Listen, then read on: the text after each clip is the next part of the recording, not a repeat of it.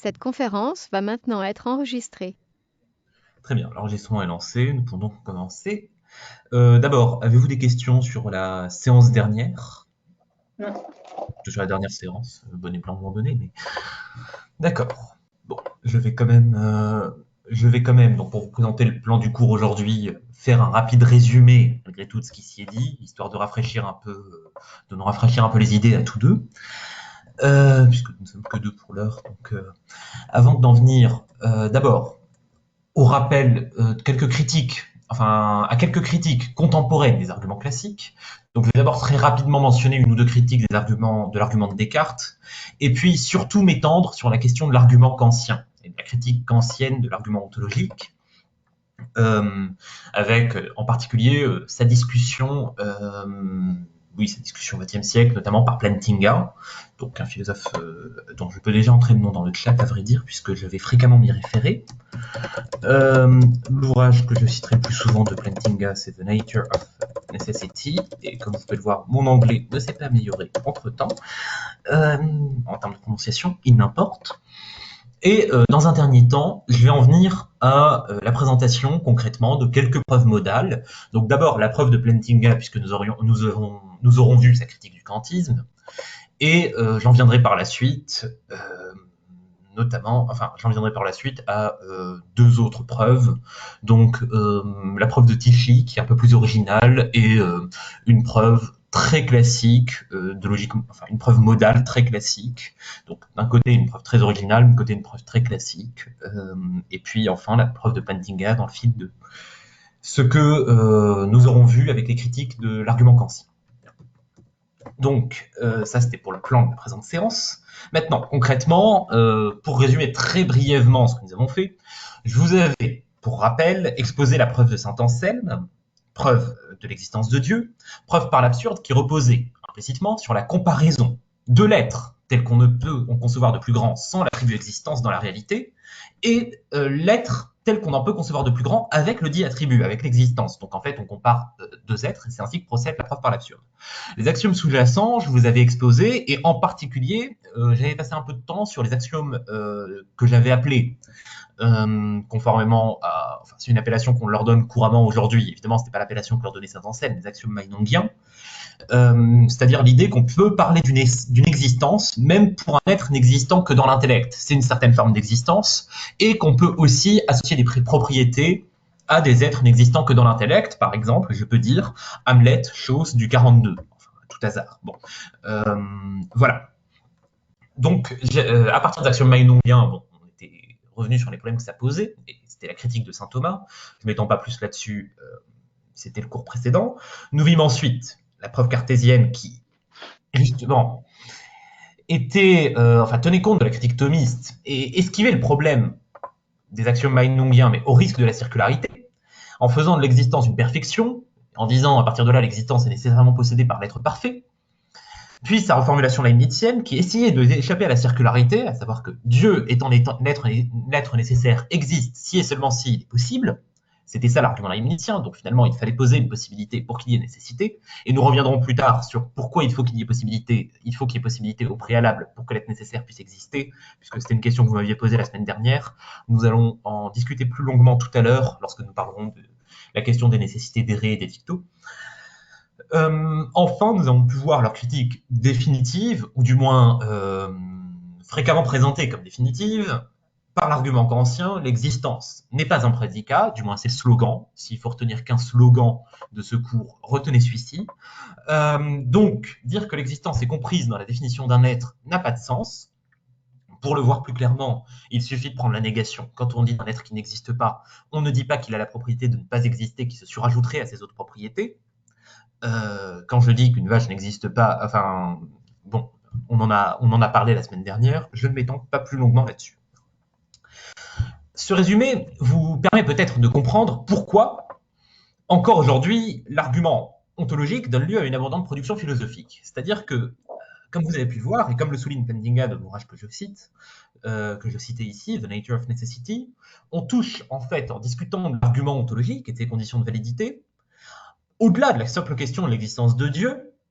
Je ne sais pas si c'est une question mineure, mais en tout cas, c'est une question parmi tant d'autres, d'autant plus du point de vue philosophique, puisqu'on n'est pas encore une fois du point de vue du théologien. Donc on touche, en fait, en partant de cet argument, à beaucoup de problèmes simultanément. Qu'est-ce que l'existence? Est-ce que l'existence est une propriété? Est-ce que c'est autre chose? Qu'est-ce que la nécessité? Que disent les propositions de la forme X existe, un objet n'existant pas a-t-il des propriétés, etc., etc. Et là, on a une réponse possible d'ailleurs au doute de Pascal que j'avais mentionné au début de la première séance. Vous vous souvenez, au début de la première séance, il avait commencé par dire que concrètement, on a un argument qui n'a aucun intérêt dans l'apologétique ou, enfin, si vous souhaitez convaincre quelqu'un de se convertir à une quelconque religion croyant en un Dieu unique, c'est pas à partir de l'argument ontologique que vous allez y arriver. Et Pascal, à partir de là, questionnait l'utilité de cet argument en disant c'est un jouet pour philosophe. Bah, c'est un jouet pour philosophe, il est vrai, mais permettant, enfin, n'étant pas une fin en soi, mais permettant en réalité d'explorer quantité de questions philosophiques connexes. Donc c'est pas un simple jouet pour philosophe, mais c'est un réel outil, une vraie pierre de touche qui permet d'éprouver la solidité de certaines propositions, par exemple sur la nature de la nécessité. Nous allons en parler plus longuement. En tous les cas, jusqu'à présent, je reste, vous avez pu le remarquer, assez vague sur ce que c'est que la production contemporaine. Je vous ai dit que nous allons en parler, mais je n'y suis pas encore venu. Qu'a-t-on dans la production contemporaine? Ben, il faut le dire d'abord, elle est prolifique. Quant à savoir si tout se vaut, bon, l'histoire fera le tri, mais la conséquence évidente, c'est que bien évidemment, on va juste survoler la chose. Je n'ai pas la prétention en 2 heures d'épuiser les débats contemporains sur l'argument ontologique, c'est impossible. Il y a des tas d'articles qui paraissent dans quantité de revues. Bon, on n'en fera vraiment pas le tour, d'autant plus que, comme vous avez pu le voir, à partir de cet argument, en fait, je suis désolé, on va se retrouver confronté à, désolé pour le bruit de téléphone qui vient de sonner, à partir de cet argument, on va se retrouver confronté à quantité de problèmes métaphysiques qui, eux aussi, donnent lieu à des dizaines, des centaines d'articles. Bref. Mais donc, je distinguerai d'abord, donc dans la production contemporaine, évidemment, et c'était le plan que je vous annonçais tout à l'heure, des critiques des auteurs, des thèses que nous avons pu voir la séance dernière. Je vais n'en donner concernant Descartes qu'un seul exemple. Par exemple, donc Norman Malcolm, qui est pourtant un des partisans de l'argument ontologique, mais dans une formulation qui est plutôt empruntée à Saint-Anselme, qui répond à la version de Descartes en affirmant qu'il n'est en rien plus parfait d'exister. Mon enfant est-il un meilleur individu s'il existe que s'il n'existe pas? Alors, vous me direz que ça ressemble à l'affirmation de Leibniz, comme quoi, bon, l'existence n'est... Enfin, il n'y a rien qui garantisse a priori que l'existence n'est pas une perfection. En fait, ça va plus loin encore que l'argument de Leibniz. Je vous rappelle le positivisme logique au début du XXe siècle, enfin toute cette philosophie qui était à la recherche des conditions sous lesquelles elle énonçait est dotée de sens ou est dénuée de sens, est passée par là. Et donc, on ne peut pas faire de la philosophie sans avoir cet arrière-plan en tête. Ça fait que Malcolm affirme en fait, ce qui est beaucoup plus fort que l'assertion de Leibniz selon laquelle rien ne justifie que l'existence soit une perfection, il affirme qu'il est douteux que cet énoncé ait même du sens. Vous voyez, donc, encore une fois, mon enfant est-il un meilleur individu s'il existe que s'il n'existe pas? Ça ne veut rien dire, nous dit Malcolm, et donc à partir de là, bon, des arguments qui ne signifient pas grand-chose. Mais passons. C'est pas tellement de la critique de l'argument cartésien que je voudrais vous entretenir, d'autant plus que nous avons déjà pu en parler longuement avec Kant, et donc les réfutations contemporaines, en réalité, sont des reprises plus élaborées d'arguments classiques. Vous voyez, par exemple, avec Malcolm, on reprend l'argument, la critique leibnizienne, et on la radicalise. Donc, je préfère passer là-dessus et en venir à la discussion de la thèse kantienne. Parce que c'est celle qui, en fait, nous importe le plus ici. Pourquoi nous importe-t-elle le plus ici? Parce qu'elle a pu souvent être prise comme mettant un terme à toute tentative de prouver Dieu, ou du moins de prouver Dieu, non seulement par l'argument ontologique, mais par les autres arguments aussi, parce que Kant ne critique pas seulement l'argument ontologique, il n'en est pas parlé, mais il montre que les autres arguments se réduisent à l'argument ontologique. Passons. De toute façon, c'est pas une discussion qui nous intéresse ici, puisqu'on se concentre sur l'argument ontologique. Donc, sur la thèse kantienne, comment l'abattre? J'aimerais d'abord revenir, à l'aide de William Alston, que je citais d'ailleurs à la séance dernière, sur la version plus forte de la thèse kantienne, qui n'est pas de Kant, comme je vous le disais la dernière fois, qui consistait à dire que, et que je mentionnais la semaine dernière comme permettant de rendre le propos de Kant plus clair, consistait à dire que l'existence est une condition de possibilité de toute prédication, et non un prédicat proprement dit.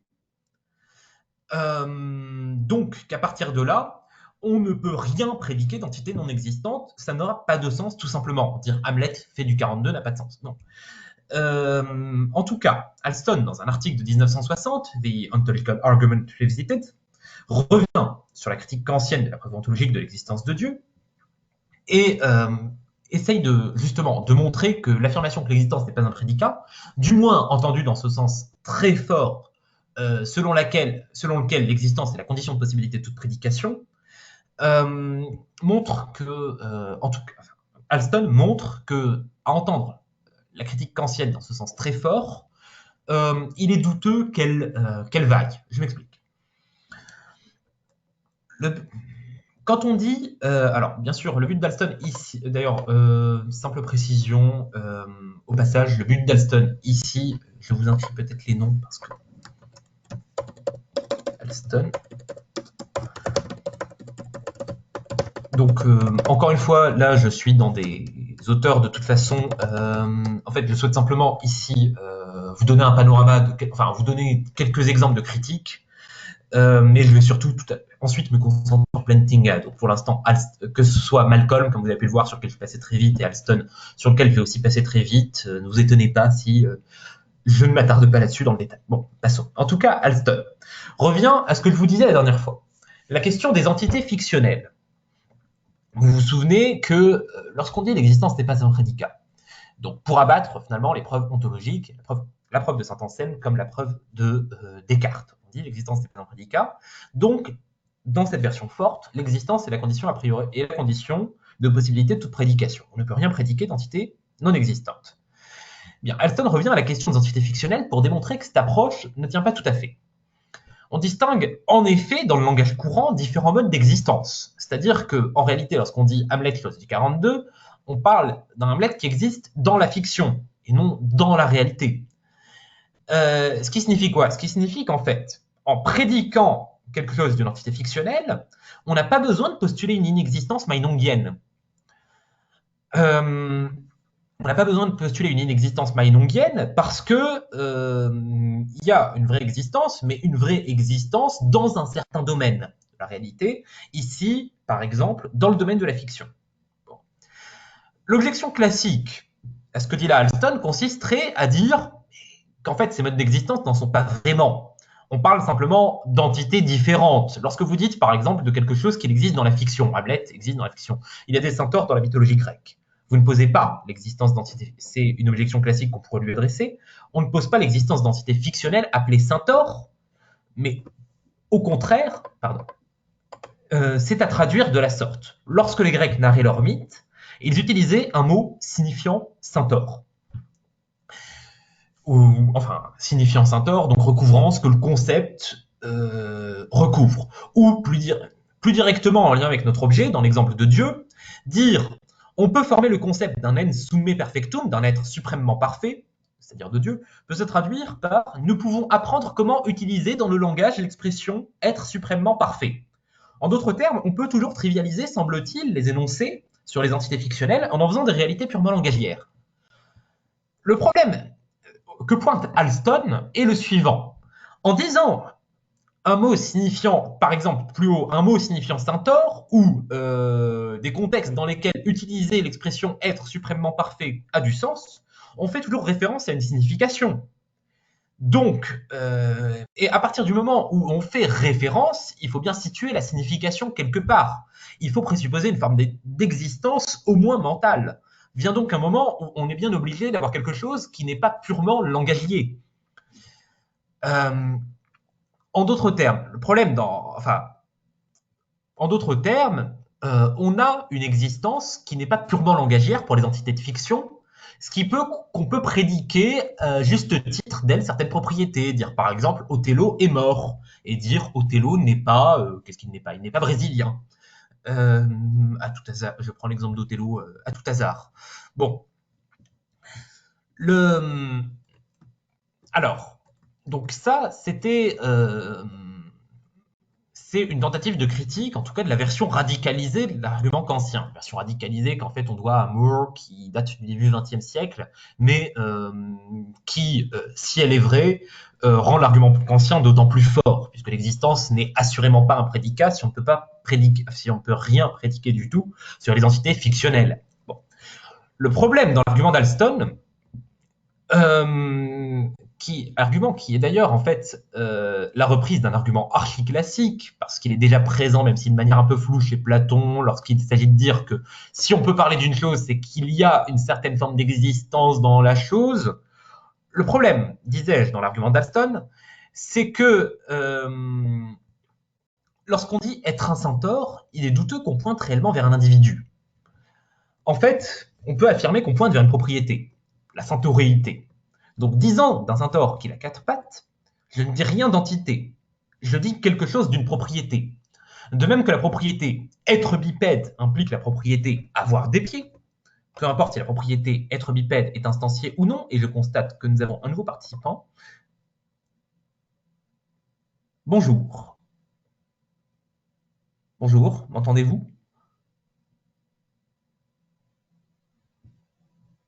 Bonjour. Bonjour, oui. Très bien. Donc, pour vous résumer ce que nous venons de dire, très grossièrement, je résumais la séance dernière, donc sur laquelle je ne vais pas entrer en détail. Alors, je rappelle que la séance présente est consacrée aux preuves de l'existence de Dieu, à la preuve ontologique de l'existence de Dieu dans la production philosophique contemporaine. Donc, je résumais la séance dernière consacrée à la preuve ontologique de l'existence de Dieu dans la production, enfin, à l'historique, en tout cas de cet argument, de la preuve ontologique de l'existence de Dieu, de saint Anselme à Kant. Donc, preuve ontologique, c'est-à-dire toutes les preuves a priori de l'existence de Dieu, Dieu est l'être tel qu'on en peut concevoir de plus grand. Si cet être n'existe que dans l'intellect, on peut en concevoir un plus grand, c'est-à-dire existant réellement, ce qui conduit à une absurdité, donc Dieu existe. Ça, c'était l'argument de saint Anselme. Je ne reprends pas en détail ensuite tout l'historique, toutes les discussions qu'a engendré cet argument à l'époque historique. Quoi qu'il en soit, à partir de là, j'étais en train ici de présenter quelques discussions contemporaines, donc de la thèse kantienne selon laquelle l'existence n'est pas un prédicat, ou du moins n'est pas un prédicat du premier ordre. On verra plus tard que en fait l'existence est un prédicat du second ordre, mais passons, je laisse cette discussion pour la suite. En d'autres termes, que l'existence, que dire d'un être, dire de X qu'il existe, n'ajoute rien à la détermination de X, dans la mesure où, d'abord, lorsqu'on dit d'un être qui n'existe pas, on ne prédique rien de l'être en question, mais on prédique simplement quelque chose des autres entités du monde en disant qu'aucune de ces entités n'est l'être en question. Et d'autre part, donc ça c'était un argument en faveur de l'idée que l'existence n'est pas un prédicat. Un autre argument était l'idée tout simplement selon laquelle dire que l'existence est un prédicat, c'est... désolé, j'ai perdu le fil de ma phrase. Oui, dire que l'existence est un prédicat, c'est-à-dire qu'on rajoute une détermination à la chose... L'autre argument est de dire voilà, que l'existence est la condition de possibilité de toute prédication. En d'autres termes, si on ne pose pas l'existence d'une chose, on ne peut rien en prédiquer. Je ne peux pas dire, par exemple, d'une entité qui n'existe pas, qu'elle a des chaussettes. Vous voyez, je ne peux pas dire qu'il n'y a pas de tarte et que la tarte est dans le four. Ce qui serait assigner une propriété à une entité n'existant pas. Donc on était ici plongé dans la discussion par Alston de cet argument, William Alston, dont le nom est présent dans le chat. Je ne sais pas si vous avez accès au chat. En tous les cas, très bien. Alston qui revenait justement sur la critique kantienne et qui disait, en gros, qu'à partir du moment où on veut pouvoir parler des entités fictionnelles, on ne peut pas dire que l'existence est la condition de possibilité de toute prédication, dans la mesure où, si on le fait, on est obligé de donner une traduction purement langagière des énoncés portant sur les entités fictives. Par exemple, lorsque je dis il y a des centaures dans la mythologie grecque, je ne dis rien sur l'existence des centaures, mais je dis quelque chose sur les conditions d'emploi du mot centaure. Donc j'emploie le mot centaure lorsque je parle dans un contexte où je peux substituer à l'expression être quadrupède à visage d'homme présent dans la mythologie grecque, à tout hasard. Donc vous voyez, c'est purement langagier. Alston nous dit, mais ça ne marche pas dans la mesure où il y a un moment, enfin le langage n'est pas purement autoréférentiel, il y a un moment où il faut bien qu'on fasse référence à une signification, et cette signification, où se trouve-t-elle? À partir du moment où on fait référence, il est nécessaire qu'on présuppose une forme d'existence au moins mentale. Bon, je disais que le problème dans l'argument d'Alston était qu'il oubliait que nous pouvons interpréter le fait d'être un centaure comme une propriété. Ça tente non pas vers un individu, mais vers une propriété, la centauréité. Donc, disant qu'un centaure a 4 pattes, je ne dis rien d'entité, je dis quelque chose d'une propriété. Je dis que cette propriété inclut la propriété quadrupédie. Et donc, à partir de là, il n'y a aucun problème à affirmer, n'en déplaise à Alston, que l'existence est la condition a priori et la condition de possibilité de toute prédication, dans la mesure où je ne prédique rien d'aucun être lorsque j'affirme les centaures sont quadrupèdes. Tout ce que j'affirme, c'est qu'il est contenu dans le concept de centaure, la quadrupédie est contenue dans ce concept de centaure. Je n'affirme rien d'un centaure en particulier, ni d'aucun individu. Donc je ne prédique rien d'aucun individu. Bon, voilà. Donc l'argument d'Alston ne semble pas spécialement robuste. Enfin, évidemment, là, c'est discutable dans la mesure où je ne voulais pas présenter avec toutes les nuances qu'Alston y apporte, mais il n'empêche, pour les besoins de la présente discussion, ça fera l'affaire de... Donc, d'autant qu'il faut bien que je fasse avancer le cours, il faut donc aller plus loin, d'autant que l'argument de Kant était moins fort que cet argument auquel nous venons de nous opposer de manière assez sommaire. Tout ce que Kant affirmait, Kant n'affirmait pas qu'il fallait l'existence pour pouvoir prédiquer quoi que ce soit d'une entité. Kant a tout à fait la prédication sur des entités n'existant pas. Tout ce qu'affirmait Kant, c'est que l'objet n'était pas contenu analytiquement dans son concept. Dit autrement, que le concept, qu'un concept quel qu'il soit, ne peut pas contenir l'existence de l'objet que recouvre le concept. Il n'y a aucune différence entre conceptuelle entre eux. C'est l'exemple donné par Kant, entre 100 euros, enfin, Kant ne dit pas euro, il dit thaler, c'est la devise de l'époque, mais peu importe, il n'y a aucune différence entre 100 thalers réels et 100 thalers imaginaires. C'est ce que dit Kant, du moins au niveau du concept. Ce qui signifie quoi? Ce qui signifie que l'existence vient simplement se surajouter au concept. Bon. Donc l'argument de Kant, en fait, étant moins fort que celui auquel s'opposait Alston, Alston n'ayant pourtant pas réussi à abattre l'argument très fort auquel il s'opposait, l'argument de Kant est d'autant plus difficile à abattre. La question est fort simple, dès lors. Y a-t-il des entités possibles qui n'existent pas? Pour nous opposer réellement à l'argument kantien, les débats que je souhaiterais aborder aujourd'hui demandent en fait un peu de logique modale. Vous allez avoir, parce que je vais essayer de répondre en fait à cette question, donc y a-t-il des entités possibles qui n'existent pas? Qui est le problème lorsqu'on affirme que l'existence n'est pas un prédicat, qui est le problème de Kant, et qui va nous permettre, si nous y répondons, de nous frotter à nouveau à l'argument ontologique. Donc, comme vous pouvez le voir, pour aborder les preuves de l'existence de Dieu, les preuves ontologiques de l'existence de Dieu, je vais avoir besoin d'en revenir à la question de l'existence comme prédicat chez Kant, et pour y revenir, je vais avoir besoin d'introduire un peu de logique modale.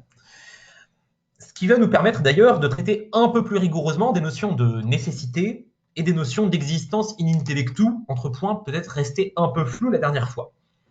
Alors concrètement, quand je vous dis qu'on va faire de la logique modale, rassurez-vous, donc je dis qu'on va faire de la logique, mais bon, faire de la logique comme ça à distance, et de manière purement verbale, on n'a pas de tableau ni quoi que ce soit, bon, ça va pas ressembler à grand chose, d'autant plus que en 20 minutes top chrono, dans la mesure où il s'agit quand même de mettre ça au service de notre preuve de l'existence de Dieu. Donc, concrètement, on s'évitera ici des développements techniques. C'est simplement, on va simplement poser le minimum de formalisme dont nous aurons besoin par la suite, de sorte que vous ne vous disiez pas, primo, que je suis devenu fou lorsque je vous parlerai du monde possible, secondo, oui, que je vous raconte des films historiques. Bon, en tout cas, ça correspond à un formalisme qui existe. Et donc, qu'est-ce que c'est que la logique modale? La logique modale, c'est... alors, la question est la suivante. Comment peut-on manipuler en logique les symboles est nécessaire et est possible? Alors, pour le dire trivialement, évidemment, à partir de ça, il y a des logiques modales temporelles. Enfin, il y a d'autres logiques des modalités que les logiques portant sur la nécessité et la possibilité, mais c'est ça qui nous intéresse ici. En d'autres termes, peut-on construire une logique permettant de rendre compte des notions de nécessité, de possibilité, pouvant, par exemple, poser des implications du type « il est nécessaire que P implique P ». Bon. Je vais, pour pouvoir introduire une telle logique, encore une fois, introduire le minimum de formalisme voulu, avoir besoin d'introduire la sémantique de Kripke. Formellement, je ne vais vraiment pas insister là-dessus, hein, donc c'est juste pour votre information, et parce que la logique est un outil très employé sur ces questions, donc dès que vous ouvrez un article sur ces questions-là, vous trouvez ce genre d'outils utilisés, et on va en faire un usage très rudimentaire quant à nous, mais enfin bon, peu importe. Donc formellement, on définit un modèle de Kripke comme un triplet WRF, où W est un ensemble de mondes, dit ensemble de mondes possibles. Alors attention, à ce stade-là, c'est une pure abstraction. Quand je parle de monde possible, je ne suis pas en train d'affirmer qu'il existe d'autres mondes, quant à savoir qu'il existe réellement d'autres mondes, des mondes possibles, à travers lesquels on pourrait voyager, je ne sais pas moi, sliders, voyager entre les dimensions parallèles. C'est pas ce que j'affirme. J'affirme simplement qu'on peut parfaitement imaginer le monde tel qu'il est aujourd'hui, sauf que, à tout hasard, mon bureau serait plus élevé d'1 centimètre. Bon, ce serait un autre monde possible. On peut de même imaginer un autre monde possible où tout serait pareil en autre monde, sauf que, je ne sais pas moi, le monsieur le président de la République aurait les cheveux blonds. Enfin, et on peut construire ainsi une infinité de mondes possibles. Bon, je ne me prononce pas pour l'instant sur la question de la réalité de ces mondes. C'est vraiment pas de ça qu'il s'agit. Ici, on est purement dans le formalisme.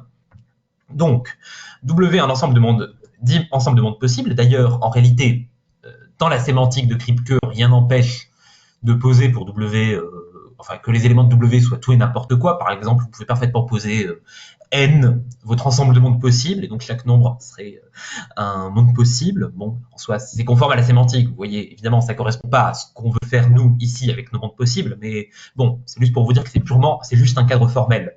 Et ça correspond pour l'instant à rien de philosophique à proprement parler. Ensuite, donc je vous disais qu'on a un triplet WRF.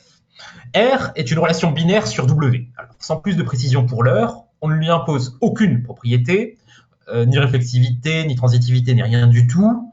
Vous verrez tout à l'heure que l'enjeu est de lui trouver les propriétés qu'il faut pour que ça colle par rapport aux démonstrations qu'on veut mener. Bon, c'est peut-être d'ailleurs un caractère assez amusant de la démarche philosophique, pour construire un formalisme, pour ensuite bricoler les hypothèses qu'il faut pour pouvoir mener les démonstrations qu'on veut, mais bon, ça fait partie du jeu. Et enfin, F, une fonction associant à chaque variable propositionnelle l'ensemble des mondes où elle est vraie. Donc, par exemple, enfin, bien sûr, on se donne des variables propositionnelles par ailleurs. Donc, on associe par exemple la variable propositionnelle P ou P et je ne sais pas trop quoi. Enfin, peu importe ce que c'est, mais dans le cas où j'ai pris N comme monde possible, je ne sais pas moi, et pair, bon, voilà. Donc, c'est vrai dans l'ensemble des mondes possibles, 0, 2, 4, 6, etc. Bon, passons.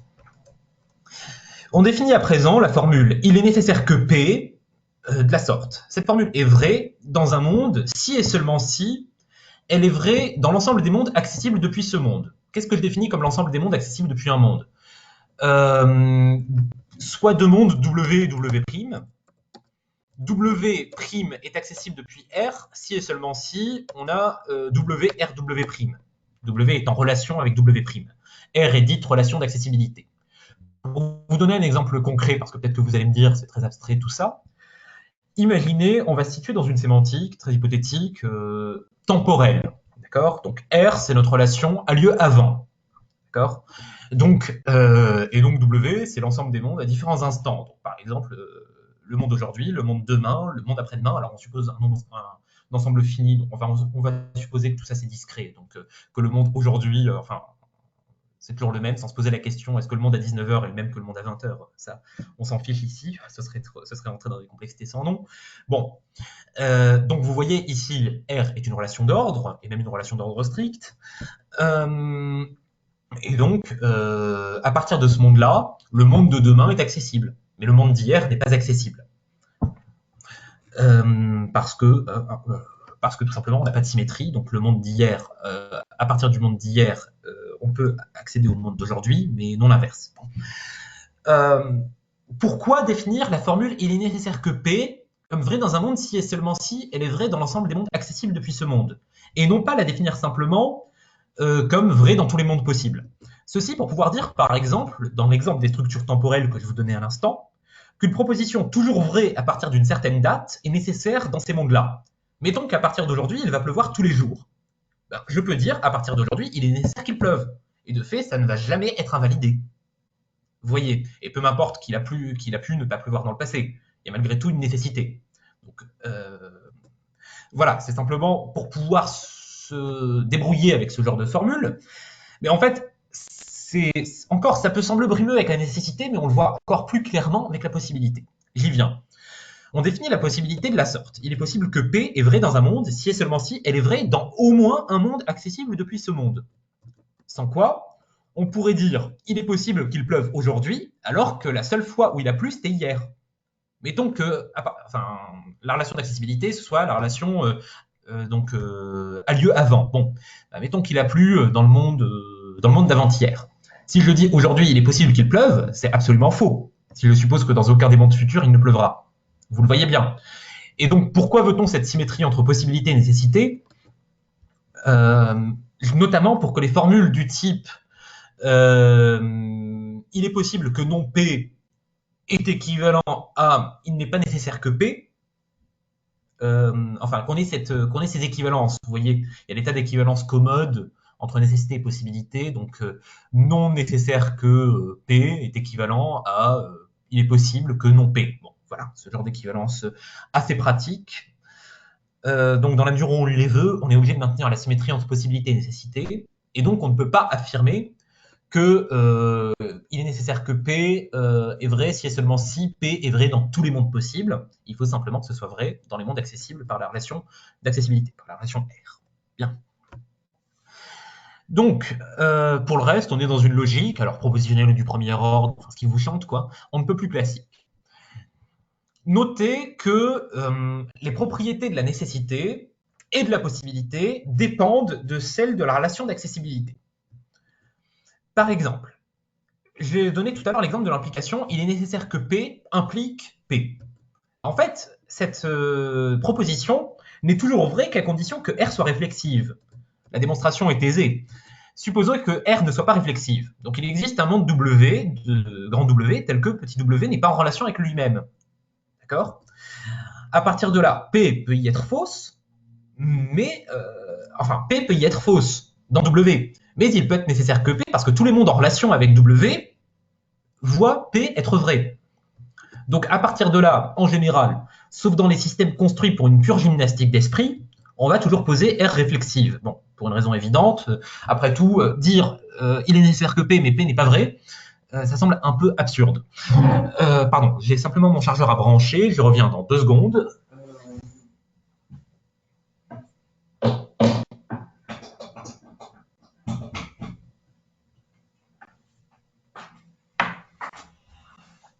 Donc voilà, pour l'instant, je me contente de poser une sémantique. Le jeu, vous allez vous en douter, ensuite, sera d'avoir une nécessité logique aussi proche que possible de la nécessité métaphysique, de ce qu'on veut dire, par exemple, lorsqu'on parle d'être nécessaire. Vous voyez, pour l'épreuve de l'existence de Dieu, ce sera ça le jeu. Donc c'est ça qui va nous intéresser dans la suite du cours. Je n'en dis pas plus sur les sémantiques de Kripke. De toute façon, comme je vous le disais, on n'est pas ici pour faire de la logique modale, on est juste ici pour, je comptais juste poser quelques définitions, histoire que vous ne vous y étonniez pas par la suite, lorsque je poserai certaines propositions, cette fois-ci à proprement parler philosophiques. La logique, ici, n'étant mobilisée que comme un simple outil, vraiment très rudimentaire, je n'entre pas dans les détails. En tous les cas, vous allez peut-être me dire, bon, quel rapport tout cela peut-il bien avoir avec la critique de la position kantienne? D'accord, je viens de vous poser un formalisme, je vous ai dit, on va s'en servir pour critiquer la position kantienne. Précisément, on y vient. Ce formalisme va nous permettre de discuter, en fait, et quand je dis discuter, c'est-à-dire d'éclaircir en fait les propositions, on va s'apercevoir qu'en fait, il y a pas mal de propositions qui reposaient sur des ambiguïtés sur les définitions. Passons, je ne vais pas spoiler ce que je vais vous faire voir par la suite. Donc ça va nous permettre de discuter une certaine position meinongienne. Je rappelle que par position meinongienne, j'entends que les objets possibles mais non existants actuellement sont dotés d'une certaine forme d'existence. Et que partant, dire d'un être qui n'existe pas réellement est dire de quelque chose de plus que simplement dire pour tous les êtres existants dans l'univers, ces êtres sont différents de lui. La position meinongienne s'oppose évidemment à la position kantienne. Donc à partir de là, la question est de mesurer ce que peut valoir la position meinongienne. Et pour cela, il y a besoin de savoir exactement ce qu'on entend par là. Bon. À partir de ce point de l'exposé, je vais suivre Plantinga, donc The Nature of Necessity, que je citais tout à l'heure, justement dans cette discussion donc de la position meinongienne. En d'autres termes, quelle existence ont les objets possibles? Peut-on dire de Hamlet qu'il a une certaine forme d'existence? Peut-on dire d'Othello qu'il a une certaine forme d'existence? Donc, je laisse là de côté le formalisme pour l'instant. Vous allez voir, on va y revenir tout à l'heure. Ça ne va pas venir tout de suite. Je l'introduisais simplement dès à présent, histoire de pouvoir par la suite le mobiliser dès que nécessaire. Sans que, dès que nécessaire, c'est le cas de le dire, sans que vous ne soyez perturbé outre mesure. Bien. Notez d'abord, avant d'entrer dans le détail de l'argumentaire, que, comme toujours, lorsqu'en philosophie on construit des modèles, on peut les prendre de deux manières. Soit on interprète les modèles qu'on construit comme un simple outil heuristique qui n'a pas vocation à dire quoi que ce soit des questions métaphysiques, sinon au mieux pour clarifier nos positions, soit on les prend, nos modèles, comme véritable explication, prenant au sérieux ce qu'il y a à en tirer, en se disant finalement si mon modèle marche bien, si mon modèle fonctionne bien pour éclairer les positions métaphysiques, je peux finalement accorder une certaine valeur à mon modèle, et donc pour penser qu'il est plus qu'un simple outil. Plantinga soutient la seconde position, et vous allez voir ça a de l'importance dans l'usage qu'il fera par la suite du formalisme, de la logique modale que je viens d'introduire. Pourquoi la défendre, cette seconde position? C'est que si on admet la première position, on voit mal, nous dit-il, ce que nous dirait réellement un quelconque formalisme. Donc par exemple, Plantinga donne l'exemple de l'énoncé « Jean est essentiellement une personne, mais est un philosophe de manière contingente ». En d'autres termes, il est nécessaire que Jean soit une personne, Jean est un philosophe, il n'est pas nécessaire que Jean soit un philosophe. Pour retraduire ça en des termes modaux. Notre explication en termes de monde possible n'expliquerait rien si on la traitait comme une pure métaphore. Alors évidemment, la manière dont on formule la sémantique,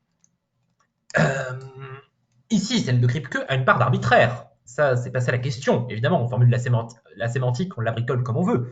Mais ce qu'il s'agit d'admettre avec Plantinga, c'est que lorsqu'il est question de monde possible lié par une relation d'accessibilité, il ne faut pas prendre ça comme une pure abstraction, ou plutôt on peut le prendre comme abstrait, bien sûr, c'est-à-dire dans le sens abstrait au sens littéral du terme, dans le sens où évidemment c'est pas très concret, c'est pas du tangible, mais il faut pas prendre ça comme un simple outil, sans quoi on se demande bien quel est l'intérêt de notre formalisme, enfin pourquoi est-il apte à rendre compte des propriétés modales, et des énoncés modaux? Pourquoi serait-il apte à rendre compte des énoncés modaux que nous manions dans la vie courante? Typiquement, quelles sont vos propriétés essentielles? Quelles propriétés avez-vous nécessairement? Pourquoi notre formalisme serait apte à en rendre compte si notre formalisme n'avait absolument rien à voir avec le réel? Donc, on doit admettre une certaine valeur heuristique à notre modèle. Bon. En tous les cas, pour nous engager maintenant dans le cœur de l'argumentaire de Plantinga, jusqu'à présent, je suis dans les préliminaires à l'argument à proprement parler. Je suis désolé, je n'y suis pas encore rentré à proprement parler, ce qui signifie qu'au bout de 45 minutes, je ne suis pas encore rentré dans le propos à proprement parler. Eh bien, pour y venir, qu'est-ce que je disais? Oui, pour nous y engager. Plantinga veut discuter, je le rappelle, donc de la prémisse meinongienne, à l'argument de Saint-Anselme, selon laquelle donc il y a une certaine existence des objets possibles, mais non actuels. Quand je dis actuel, ça veut dire n'existant pas dans le monde actuel. Le monde actuel, c'est le monde qui est, le nôtre. Bon. Je vais poser ici, donc soit petit w, un monde. On va poser psi de w, l'ensemble des individus. D'accord? Je définis individu au sens très large du terme. Est individu, tout ce qui s'individue. C'est pas forcément une personne humaine, ça peut être une vache, ça peut être une chèvre. On peut même considérer qu'un événement est un individu. La mort de César est peut-être un individu, parce qu'après tout, bon, c'est une entité qui, ça c'est une thèse à la manière de Davidson, parce qu'après tout, la mort de César peut être distinguée d'autres entités dans le monde. Bon, peu nous importe, à vrai dire, peu nous importe si les événements sont des individus ou pas, c'est pas là la discussion. Tout ce que je veux dire par là, c'est peu nous importe la définition exacte d'individu, c'est au sens large du terme, c'est au sens très large du terme. Donc, soit si le W est l'ensemble des individus existants dans le monde possible W, on va supposer pour l'instant et à vrai dire pour toute la suite du présent propos, parce que sinon ça va nous engager dans des subtilités sans nom, pour simplifier que dans tous les mondes possibles, il y a un nombre fini d'individus, ce qui va nous éviter des problèmes de cardinalité, ou même des questions sur l'existence de l'ensemble des individus, parce que ça ne va pas de soi qu'il existe un ensemble des individus. Bon, Plantinga reconnaît tout à fait que ça ne va pas de soi, mais donc nous on va oublier ces difficultés, parce que franchement, enfin, ça va nous conduire dans des digressions qui ne sont pas directement en rapport avec notre présent propos. Passons donc. On va définir maintenant U comme l'union de tous les psi de W, en écartant là encore toutes les difficultés conceptuelles. Hein. On a, mettons, un nombre fini d'ensemble, un nombre fini d'ensemble fini. Bon, voilà. Donc on n'a vraiment aucun problème. J'esquive tous les problèmes qui pourraient être un minimum subtils. Maintenant, soit A, de toute façon, c'est pas nécessaire parce que justement, le propos sera de montrer que même dans ce cadre simplifié, il y a déjà des grosses difficultés qui surgissent avec les prémices maïnongiennes, vous allez le voir. Donc, si même dans ce cadre simplifié ça cloche, que dire dans le cas où on complexifie le schmilblick, mais j'en passe. Donc maintenant, soit A notre monde, la question en fait, qui se pose, pour le dire avec le formalisme qu'on vient pour le dire avec les notations qu'on vient d'introduire, est de savoir si psi de A, c'est-à-dire l'ensemble des individus de A, est égal à U, c'est-à-dire à l'union de tous les psi W. Vous voyez bien, en d'autres termes, l'ensemble des individus dans ce monde-ci est-il le même que l'ensemble des individus possibles? Bon, jusque-là, c'est très clair, finalement, c'est ça notre problème depuis le début, c'est ça la question de la prémisse maïnongienne. Donc, si on ne l'admet pas, on tombe sur une thèse de type kantien. Voilà. Une première intuition serait de se contenter, pour répondre à cette question, de dire il est possible qu'une vache soit rose, donc il y a au moins une vache rose dans un monde possible. Il n'y en a pas dans le nôtre, donc on a trouvé notre individu. Coucou, voilà notre vache rose, elle n'existe pas ici. Donc, ce serait une manière très triviale d'essayer de résoudre le problème. Je dis une vache rose, enfin j'aurais pu prendre n'importe quoi. Qu'est-ce qui n'existe pas dans notre monde? Un hobbit, bon tenez. Non, pardon, quand je dis un hobbit, c'est un mauvais exemple parce que le hobbit est une espèce aussi. Donc non, je vais garder ma vache rose pour l'instant. Donc il n'y a pas de vache rose dans notre monde. Il est possible qu'il existe des vaches roses. Donc a priori, U comprend la vache rose et psi de A ne comprend pas la vache rose. Fin de l'histoire. Bon, sauf que ça vaut rien. Pourquoi? Parce que rien ne nous garantit que la vache rose trouvée dans un autre monde possible ne soit pas en fait une vache existant dans ce monde-ci, mais dotée de propriétés différentes. En d'autres termes, la vache rose en question, c'est la vache que je trouve en prenant le train à Vauboyen, sauf que, existant dans un autre monde possible, elle a la propriété d'être rose, mais c'est le même individu.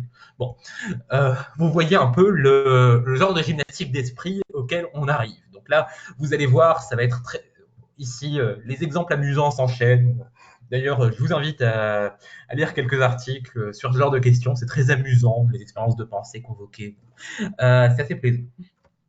Donc, voyez-vous, si on pose un monde possible avec un Alexandre le Grand qui n'aurait pas entrepris la conquête de l'Asie, cet Alexandre le Grand reste le même individu que celui de notre monde. Enfin, en fait, c'est une question plus compliquée que ça, parce que c'est la question de l'identité transmondaine. Si on envisage un monde... je vais peut-être en toucher deux mots, vous allez voir, parce que c'est une digression, je précise tout de suite que c'est une digression, c'est pas directement lié à notre propos, enfin si, ça a de l'importance parce que ça permet quand même de comprendre comment on compte les individus, mais vous allez voir que c'est un enfer sans nom cette question. L'identité transmondaine, c'est la question suivante. Imaginons un monde possible où tout est semblable à notre monde, sauf que j'ai les yeux verts. Bon. Serez-vous d'accord pour dire qu'intuitivement c'est le même individu que moi, mais avec une propriété différente? Vous me l'accordez, n'est-ce pas? Bon, très bien. Je pose en deuxième monde. Donc j'ai toujours les yeux verts dans ce deuxième monde et je change ma couleur de cheveux. Bon, c'est le même individu que dans le premier monde puisque j'ai changé qu'une propriété, donc a priori par transitivité c'est le même individu qu'ici. Bon, je continue. Je vais changer ma date de naissance. Je vais changer mon prénom. Je vais changer mon espèce. Je vais faire de moi une vache rose. Tiens, voilà. On va arriver dans un monde où je suis une vache rose. Est-ce encore moi? Jusqu'où garde-t-on le même individu, en fait? Pour le dire avec Plantinga, d'ailleurs, bon, ça c'est un exemple, une phrase que j'emprunte qui est amusante. Socrate aurait-il pu être un alligator? Bon, je passe sur cette question qui est extrêmement délicate. Il y aurait vraiment beaucoup à dire, surtout que ça pose en même temps la question de ce que désignent les noms propres. c'est un problème qui n'a cessé de préoccuper la philosophie et surtout la philosophie analytique. Je vais vous demander d'admettre, avec Plantinga, qu'il existe quelques propriétés, dites propriétés essentielles. Donc, par exemple, il est de mon essence d'être un être rationnel, d'accord. Et donc, si je suis un alligator doté de raison, bon, on peut toujours admettre que c'est moi dans un autre monde possible, mais si je suis un alligator non doté de raison, ça ne correspond pas à mon essence. Enfin, je ne sais pas si je vous semble très rationnel ou si je vous semble complètement fou avec mes élucubrations, mais peu importe. Comment dire, je vais vous demander d'admettre qu'il y a qu'il est possible de parler de l'essence d'un individu avec quelques propriétés dites essentielles que possède un individu dans tous les mondes possibles, et partant qu'il y a une identité transmondaine, quelqu'un qui est moi à travers différents mondes possibles. On a donc, pour parler le lexique de Kripke, ce qu'on appelle un désignateur rigide, c'est-à-dire un désignateur qui désigne le même objet à travers différents mondes possibles. D'accord? Donc c'est une hypothèse très forte. Je ne vais pas vous mentir, enfin c'est très fort, oui, et c'est très contesté, mais je vais vous demander de l'admettre, en tout cas pour l'instant. En tout cas, où est-ce que j'en étais avec mes exemples de Vache Rose et d'Alexandre le Grand? Bon. Nous pourrons y revenir d'ailleurs en fin d'heure éventuellement si vous le souhaitez. En tous les cas, si on admet ça, rien ne garantit que la vache rose de l'autre monde soit pas la même vache que celle de mon monde. Très bien, non acte. Une manière un peu plus raisonnable de procéder consisterait à poser un monde possible, identique en tout au nôtre, mais avec une vache en plus. Regardez, il y a tous les individus de mon monde et il y a un individu en plus. Donc, a priori, on ne peut pas poser de bijection entre notre monde et cet autre monde. Puisque cet autre monde, on a dit que tout le monde était cardinal fini, donc on n'a pas de problème, on n'a aucun problème de cardinalité dans ce genre de situation d'expérience de pensée. Vous me le... Évidemment, parce que, bon, si notre monde est un ensemble fini des nombres, enfin, est un ensemble des nombres, et dénombrable, bon, ça poserait d'autres problèmes parce que rajouter un individu, ça permettrait malgré tout de poser une bijection. Enfin, ça n'aurait même aucun sens en fait de rajouter un individu, mais vu que nos mondes sont finis, on rajoute un individu, un autre monde. Cet individu, c'est une vache rose. A priori, cette vache rose, c'est un individu en plus par rapport au nôtre. Bon, il ne peut y avoir de bijection entre notre monde et cet autre monde. On a donc une entité non existante dans notre monde, mais possible. On a trouvé notre individu. Donc à partir de là, U est différent de psi de A. Hypothèse plausible, certes, mais ça demande à être étayé. Pourquoi? Parce que on a tout à l'heure admis qu'il y avait quantité de mondes possibles. Pourquoi n'y en aurait-il pas tel que... on peut forcément... On a conçu un ensemble... On a dit qu'il y avait un nombre fini de mondes, un nombre fini de mondes possibles. Il y en a forcément tel que psi de x est égal à U. Parce que de toute façon, on peut toujours construire un monde X, comme je vous le disais, qui comprendrait tous les individus qui comprennent les différents mondes. Pardon. Pour le dire plus clairement. Donc, je conçois mon monde. Je conçois ce monde dans lequel on a rajouté une vache. Il y a un nombre fini de mondes, d'accord? Bon, il y a bien un monde qui contient tous les individus contenus dans les différents mondes, d'accord? Parce que si ce monde n'existe pas, il est concevable. Et donc, à partir du moment où il est concevable, c'est bien un monde possible. Vous suivez? Bon, je ne suis pas très clair, visiblement, vu votre tête incrédule. Un monde possible, ça se confond avec l'idée de monde concevable, n'est-ce pas? Donc, pour l'instant, je pose assez sommairement l'équivalence entre possibilité et concevabilité. Bien sûr, ça se discute d'autant plus que ce que c'est que la concevabilité, on ne le sait pas trop. J'y reviendrai tout à l'heure, assez brièvement, mais où est-ce que j'en étais? Oui, donc à partir de là, on a conçu un ensemble de mondes avec un nombre fini d'individus. On a conçu des mondes avec un nombre fini d'individus, en tout cas. D'accord? Ce que je vous dis, c'est que parmi ces mondes possibles, il y en a forcément tels que l'ensemble des individus qu'ils contiennent est égal à U, l'union de tous les mondes, l'union de tous les mondes possibles. Pourquoi? Parce que ça, c'est concevable. Donc à partir de là, en fait, soit le monde contenant une vache de plus que le mien est tel qu'aucun monde ne contient plus d'éléments, soit il n'est pas tel, auquel cas, il y a un majorant dans mon ensemble fini de mondes, donc je trouverai bien mon monde qui contient tous les individus possibles. Bon, où est-ce que Tout ça pour dire quoi? Tout ça pour dire que s'il y a forcément des mondes tels que psi de x, est égal à u, en d'autres termes, si dans mon schéma, il y a des mondes où je ne peux pas rajouter de vaches, parce que c'est ça que ça veut dire concrètement, cet argument. C'est ça que ça veut dire. Vous voyez, supposez, est-ce que je suis clair ici? Secouez la tête si je ne le suis pas. Non. Je reprends. On a donc posé qu'on avait forcément des mondes finis. D'accord? Supposons par commodité, alors bon, on va fabriquer 3 mondes. D'accord? Un monde avec 3 éléments, une vache, moi et une chèvre. Bon. Un monde avec 4 éléments, une vache, moi, une chèvre et la vache rose, que je vous disais tout à l'heure. Bon. Et bon, mettons que je pose d'autres mondes. Bon, je peux les poser par exemple avec 10, 15, 20 éléments. D'accord. Le problème qui se pose, c'est que je peux parfaitement, à supposer que mon monde contenant 4 éléments contienne des individus différents du monde contenant 20 éléments, penser l'intersection, l'union de ces deux mondes, et donc un monde contenant 24 éléments. Et donc, au bout du compte, si je prends l'union de tous les mondes en question, je finirai par aboutir à un autre monde possible. Vous voyez, à un monde contenant toutes les entités possibles, et ce monde est un monde possible. L'union de tous les mondes possibles est elle-même un monde possible. Voilà, enfin l'union de... Pardon, c'est pas tant l'union de tous les mondes possibles, mais c'est le monde contenant tous les individus de tous les mondes possibles. Voilà, c'est plutôt ça la formulation. Le monde contenant les individus contenus dans chaque monde possible est un monde possible, puisqu'il est concevable. On peut à chaque fois, bon bah je ne sais pas moi, dans tel monde il y a une vache rose, je pose un autre monde avec une chèvre verte. Bon, je peux parfaitement maintenant construire l'union, donc un monde contenant ma vache rose et ma chèvre verte. Donc ce monde est un monde possible. Là où je veux en venir, c'est qu'il y a donc à partir de là un monde possible qui contient tous les individus possibles. C'est ça que ça veut dire. Donc à partir de là, ce monde possible, il aurait quoi comme propriété? Ce monde possible, il a comme propriété qu'on ne peut pas lui rajouter de vache rose, puisque tous les individus possibles sont dans ce monde. Vous voyez?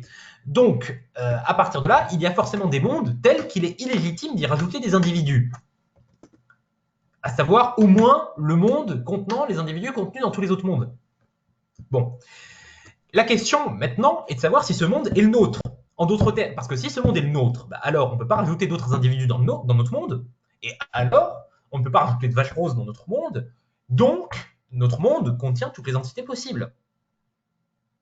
Vous suivez? C'est plus clair ou pas? Oui. Merveilleux.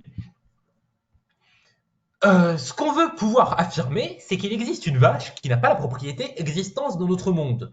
En d'autres termes, elle n'est pas actuelle. Je répète, actuelle au sens technique du terme, est actuelle, ce qui existe en acte, c'est-à-dire ce qui existe dans notre monde. Bon. Il semble que nous retrouvions, enfin, on retrouve de toute façon, on tourne toujours autour, le défi kantien. Dire de quelque chose qui n'existe pas n'est pas la même chose que de dire de cette chose qu'elle n'a pas la propriété existe. Ce qui semble, à première vue, dénué de sens. Regardez, on prend notre... Donc, on prend notre vache qui n'a pas la propriété existence. Bon, qu'est-ce que ça veut dire, une vache qui n'a pas la propriété existence dans le monde actuel? Une vache qui n'a pas la propriété existence dans le monde actuel et donc qui existerait dans un autre monde possible. Qu'est-ce que ça veut dire, une vache rose? Une première idée, c'est de repartir de l'intuition qu'autant les individus nous posent problème, autant les propriétés ne nous en posent aucun. D'accord? Je peux tout à fait avoir la propriété d'être un centaure, être bipède, etc. Sauf que, en fait, vous allez me dire, du coup, comment rajoutes-tu des individus? Comment rajoutez-vous des individus lorsque vous recourez à ce genre de solution? Lorsque vous passez par les propriétés en disant que finalement, on peut repartir de propriétés n'existant pas dans le monde, non exemplifiées dans ce monde, c'est que, en fait, on peut trouver des propriétés dites essentielles. Je vous rappelle que tout à l'heure, je vous ai demandé d'admettre qu'il y avait une essence à certains individus, que chaque individu était doté d'une essence permettant de l'individuer. Il suffit de trouver des propriétés essentielles non exemplifiées. S'il y a de telles propriétés, alors, donc par exemple, la propriété, je ne sais pas moi, être une vache rose, est-ce une propriété essentielle? Alors en l'espèce, c'est pas une propriété essentielle parce que être rose, c'est un accident, la couleur, en soi, rien ne m'empêche de l'essence de la vache elle est exemplifiée, elle existe dans le monde, et le fait d'être rose, c'est juste une couleur, mais enfin, on peut y penser avec d'autres espèces, je ne sais pas moi, être un hobbit, l'essence d'un hobbit, à tout hasard. Bon, donc, si cette propriété n'est pas exemplifiée dans ce monde, on pourrait l'exemplifier dans un autre, ce qui fait qu'on aurait d'autres individus dans un autre monde, mais essayer de développer cette piste lancerait dans des développements très complexes sur la notion d'essence, d'autant plus que, bon, je vous ai dit tout à l'heure que je l'admettais simplement pour régler le problème de l'identité transmondaine, reste que c'est une idée très compliquée de dire qu'il y a une essence. Vous voyez bien, où est-ce qu'on localise les propriétés essentielles que je possède? C'est bon, c'est assez compliqué. En tout cas, ça amène plus de problèmes que ça n'en résout. Je vous propose d'écarter cette idée pour l'instant, cette idée de propriété essentielle. L'astuce sur laquelle on pourrait jouer, du coup, si on veut écarter ce genre de difficultés conceptuelles avec les propriétés essentielles et j'en passe, serait d'utiliser des propositions d'existence négative. D'accord? Regardez. Tout à l'heure, je parlais de vache rose n'existant pas. Mais l'idée serait d'utiliser ça non pas avec des entités fictives type la vache rose, mais avec des noms propres fictifs. Les centaures n'existent pas peut se traduire, on l'a vu tout à l'heure, par la propriété centauréité n'est pas instanciée. Enfin, centauréité est un néologisme évidemment, mais peu importe. En revanche, si je dis Bilbo le Hobbit n'existe pas, ça ne signifie pas rien d'instancié la propriété bilboïté, puisque le nom Bilbo renvoie à un unique individu. C'est un désignateur rigide, on l'a vu tout à l'heure. D'accord? Ce genre de raisonnement permettrait de démontrer qu'il y a des propositions, si on le menait jusqu'au bout, qu'il y a des propositions affirmant la non-existence d'entités singulières. D'accord? Quand je dis entité singulière, j'entends par là, bon, individu, voilà. Individu, mais désigné par un désignateur rigide, voilà. C'est ça ce que j'entends par là. Donc, à partir de là, ça signifierait quoi? Ça signifierait que, disant Bilbo le Hobbit n'existe pas, je prédiquerais quelque chose de l'entité dont j'affirme la non-existence.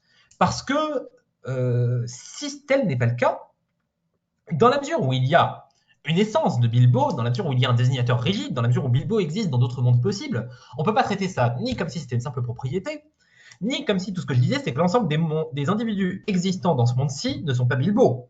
Puisque ce que j'affirme, c'est qu'il existe un monde possible où Bilbo existe, et que ce monde possible n'est pas le nôtre.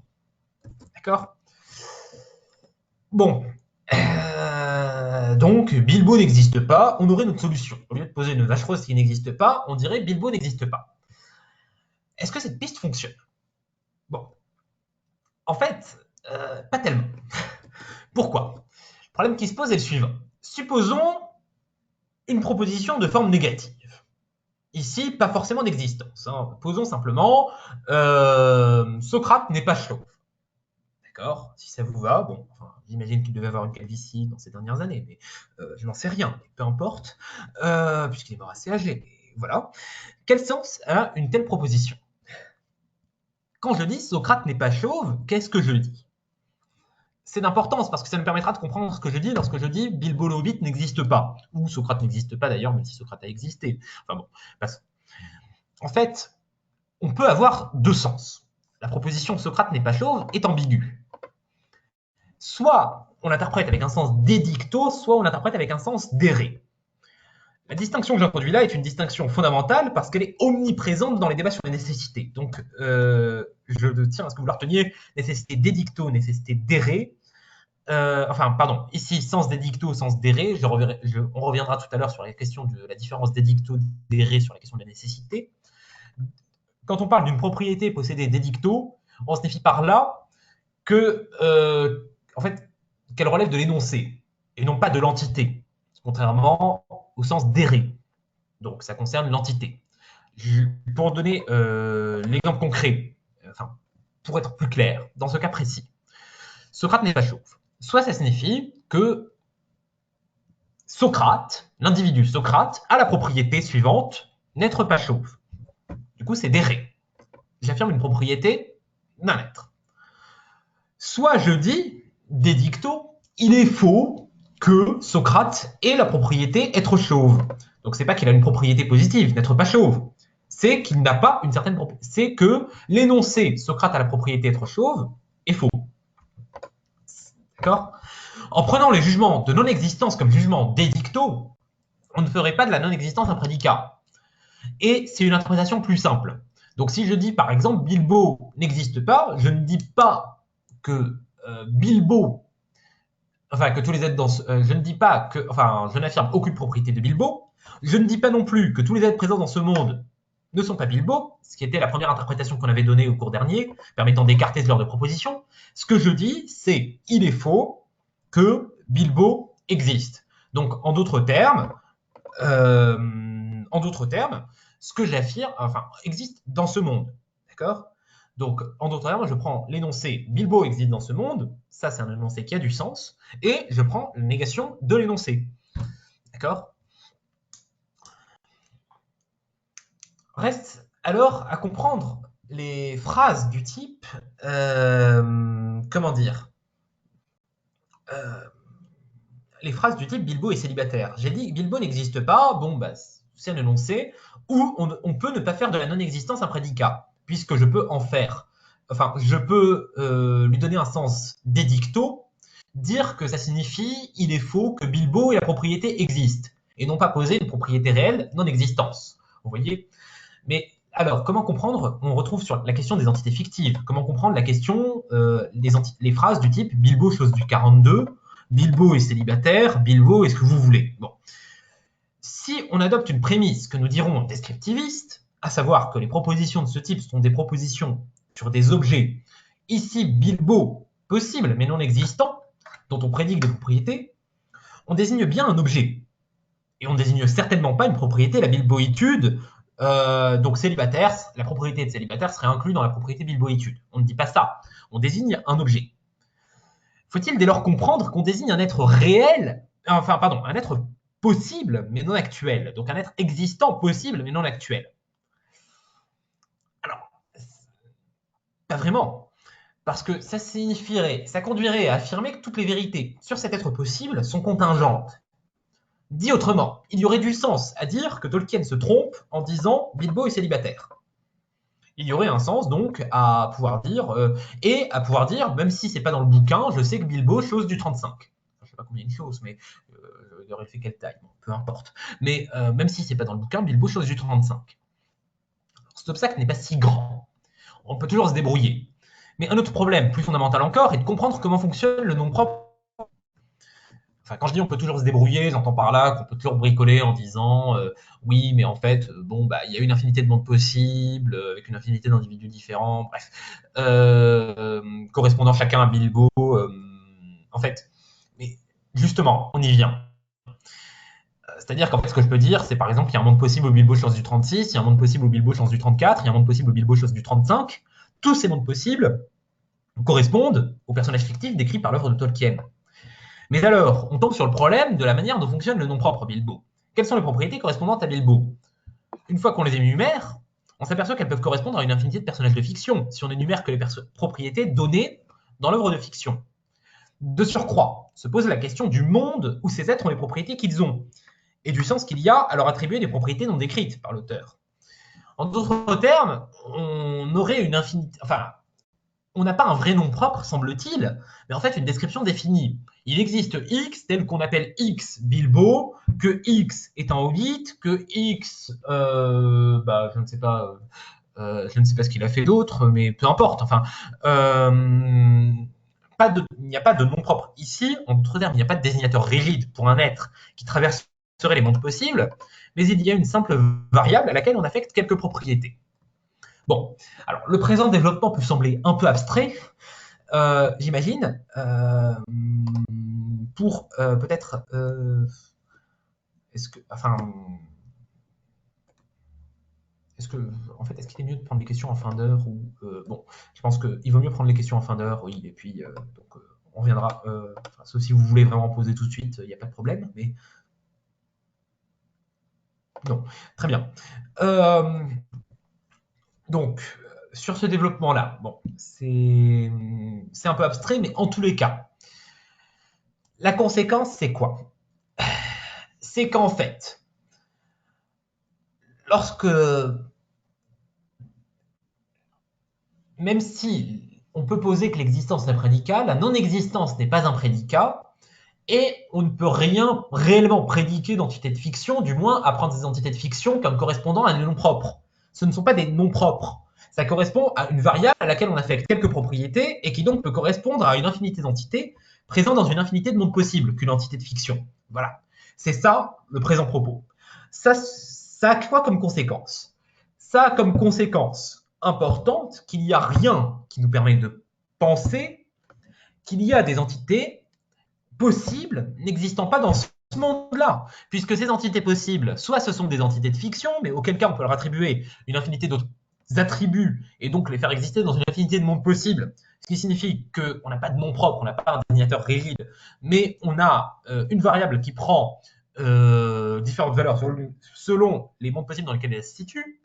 Donc soit on a ça, soit on a des individus existants dans ce monde-ci et prenant des propriétés différentes dans un autre monde possible, mais on ne change pas d'individu. Bon. Dès lors, il suffit qu'on peut affirmer que tous les objets possibles existent pour le faire trivialement, contre Meinong. Dès lors, Kant a raison. Ou plutôt, il a raison et tort à la fois. Parce que l'existence est bien une propriété dans notre système. Pourquoi est-elle bien une propriété? Enfin, ça, on l'a... Comment dire? On l'a effleuré tout à l'heure. Comment dire? Ça, on l'a effleuré tout à l'heure, c'est-à-dire qu'en disant d'un être qu'il existe, je prédis réellement quelque chose de lui, mais je prédis de lui une propriété qu'il possède essentiellement. Justement, c'est à ça que servent les discussions sur l'essence, en fait. C'est-à-dire qu'à partir du moment où vous admettez qu'il y a des propriétés essentielles, rien ne vous empêche de dire que la propriété existence est possédée essentiellement par tous les objets, auquel cas vous rendez compte du fait que l'existence est présupposée par toute prédication sur un individu, tout en faisant de l'existence, malgré tout, une propriété, et sans faire de la non-existence une propriété aussi. Bon. Voilà. Ceci sur la question de l'argument kantien. Donc, comme vous pouvez le voir, on n'en est toujours pas revenu, au bout de plus d'une heure, à la question de l'argument ontologique à proprement parler. Précisément parce que j'avais besoin d'introduire tout ça pour y venir.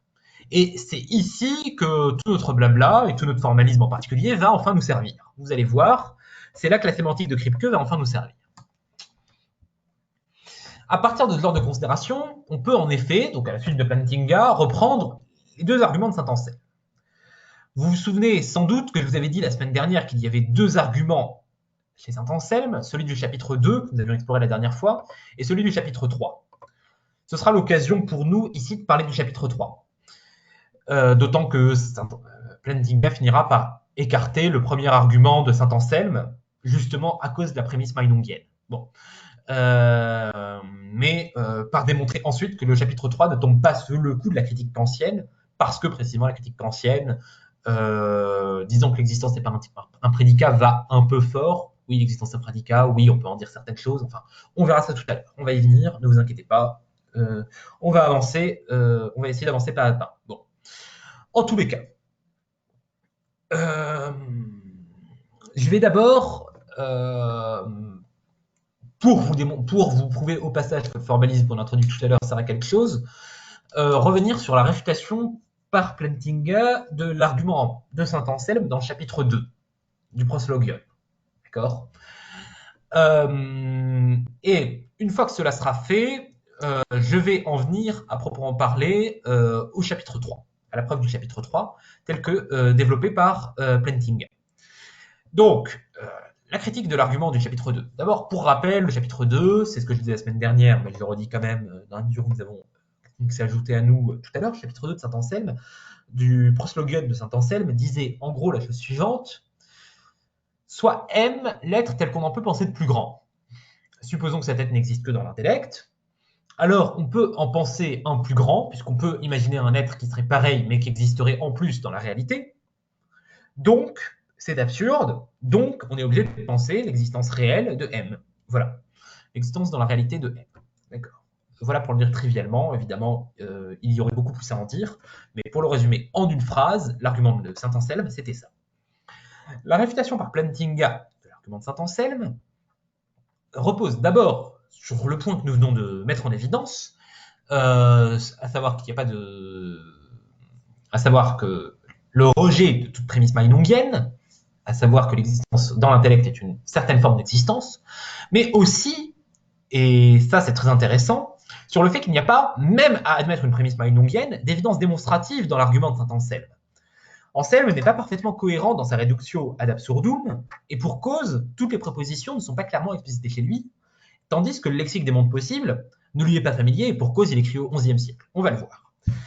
Bon, donc, je vais commencer par reprendre l'argument du chapitre 2, tel que l'explicite Plantinga, dans le lexique des mondes possibles, mettre le doigt sur un point qui cloche, montrer que ça nous conduit à l'idée qu'il n'y a pas d'évidence démonstrative dans l'argument de Saint-Anselme, même à admettre l'hypothèse meinongienne, ce qui va nous amener à rejeter sans état d'âme l'hypothèse meinongienne, conformément à ce que nous avons fait tout à l'heure en suivant Plantinga. C'est plutôt long, vous allez voir.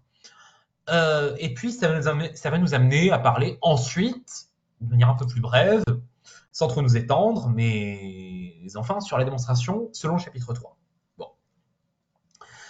Mais, donc, ce qui m'intéresse ici, d'abord, dans la réfutation du chapitre 2, c'est moins la solution par Plantinga à proprement parler que la raison pour laquelle il n'y a pas d'évidence démonstrative dans la preuve traditionnelle par Plantinga, par Saint-Anselme, pardon, désolé, je confonds.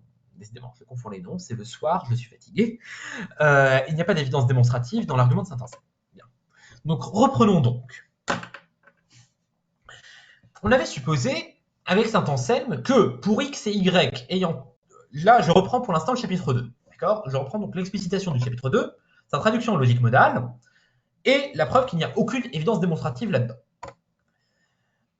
On avait supposé avec Saint-Anselme que pour x et y ayant toutes leurs propriétés identiques, à ceci près que x a l'existence, x est plus grand que y. Vous vous souvenez de cette prémisse, n'est-ce pas ? C'est en quelque sorte une relation d'ordre qu'on définit sur l'identité.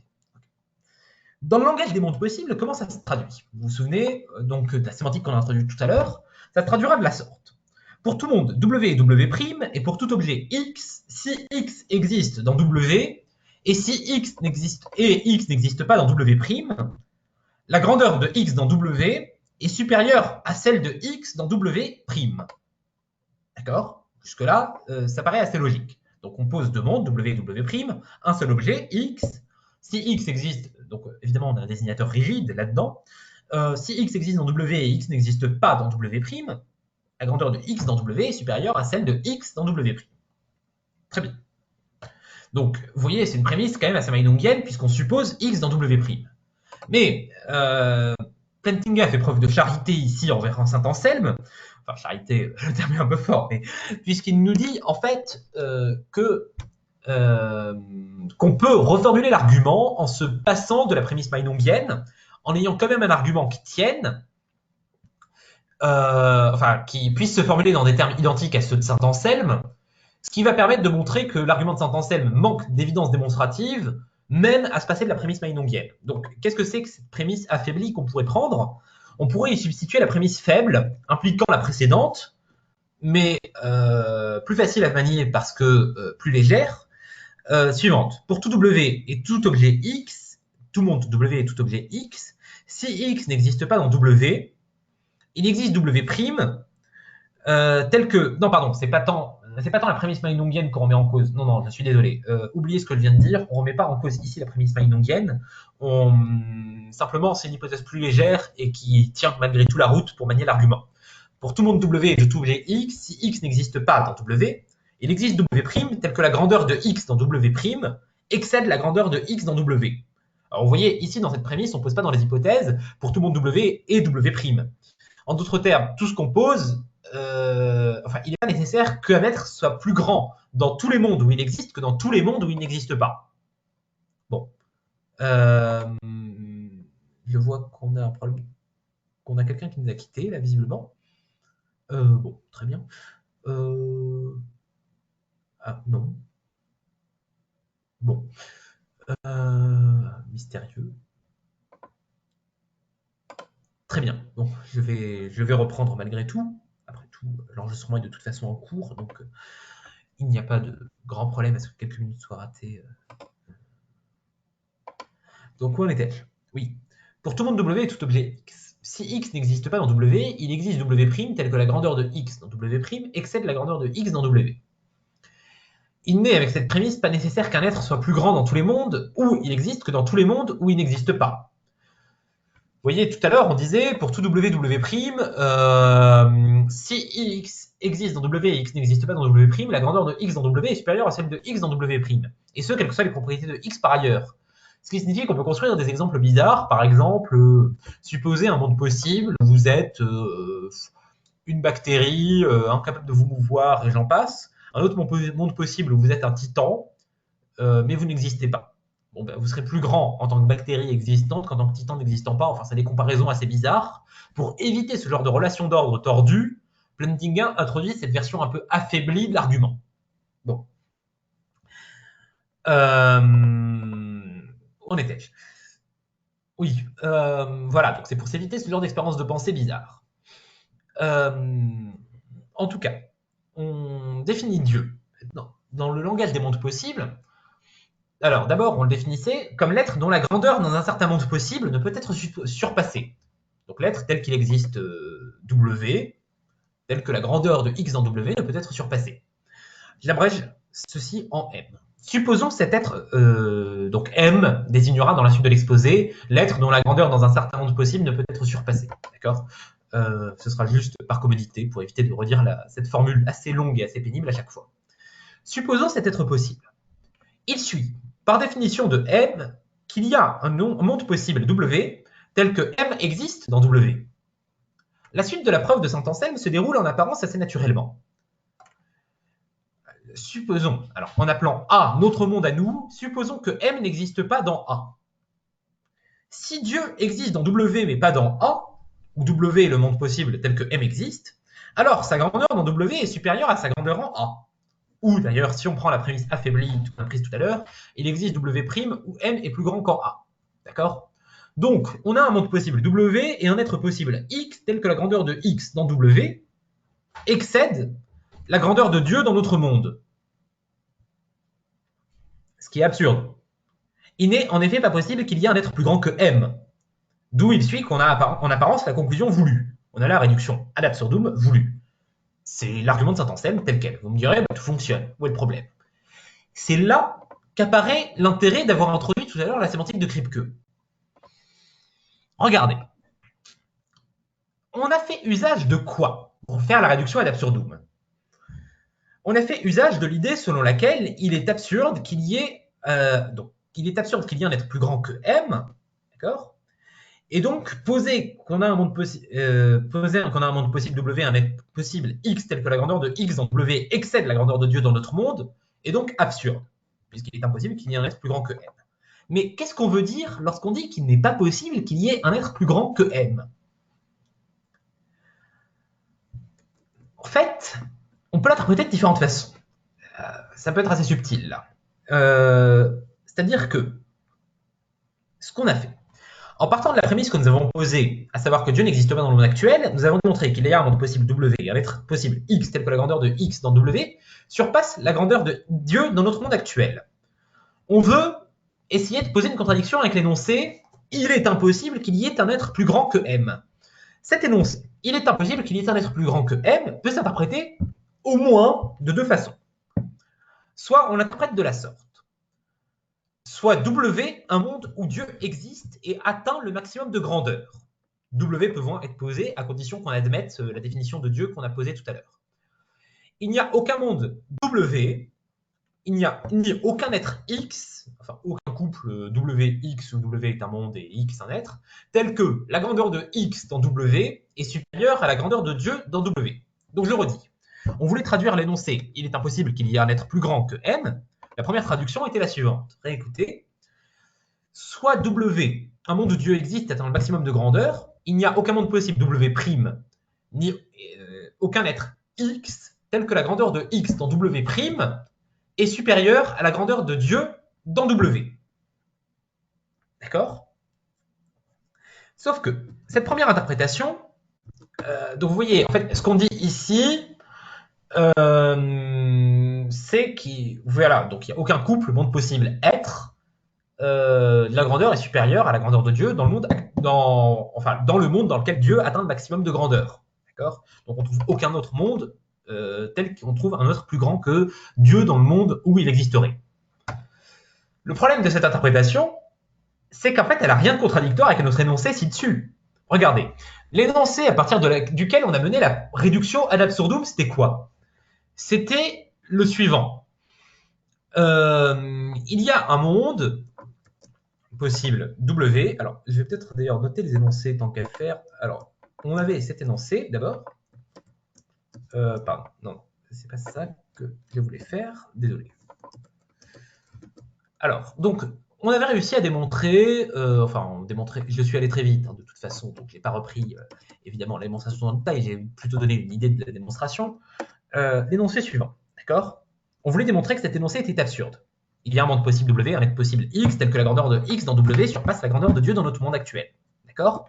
On voulait montrer que cet énoncé contredisait il est impossible qu'il y ait un être plus grand que M. J'utilise, pour ceux qui écouteront l'enregistrement, j'utilise ici le chat.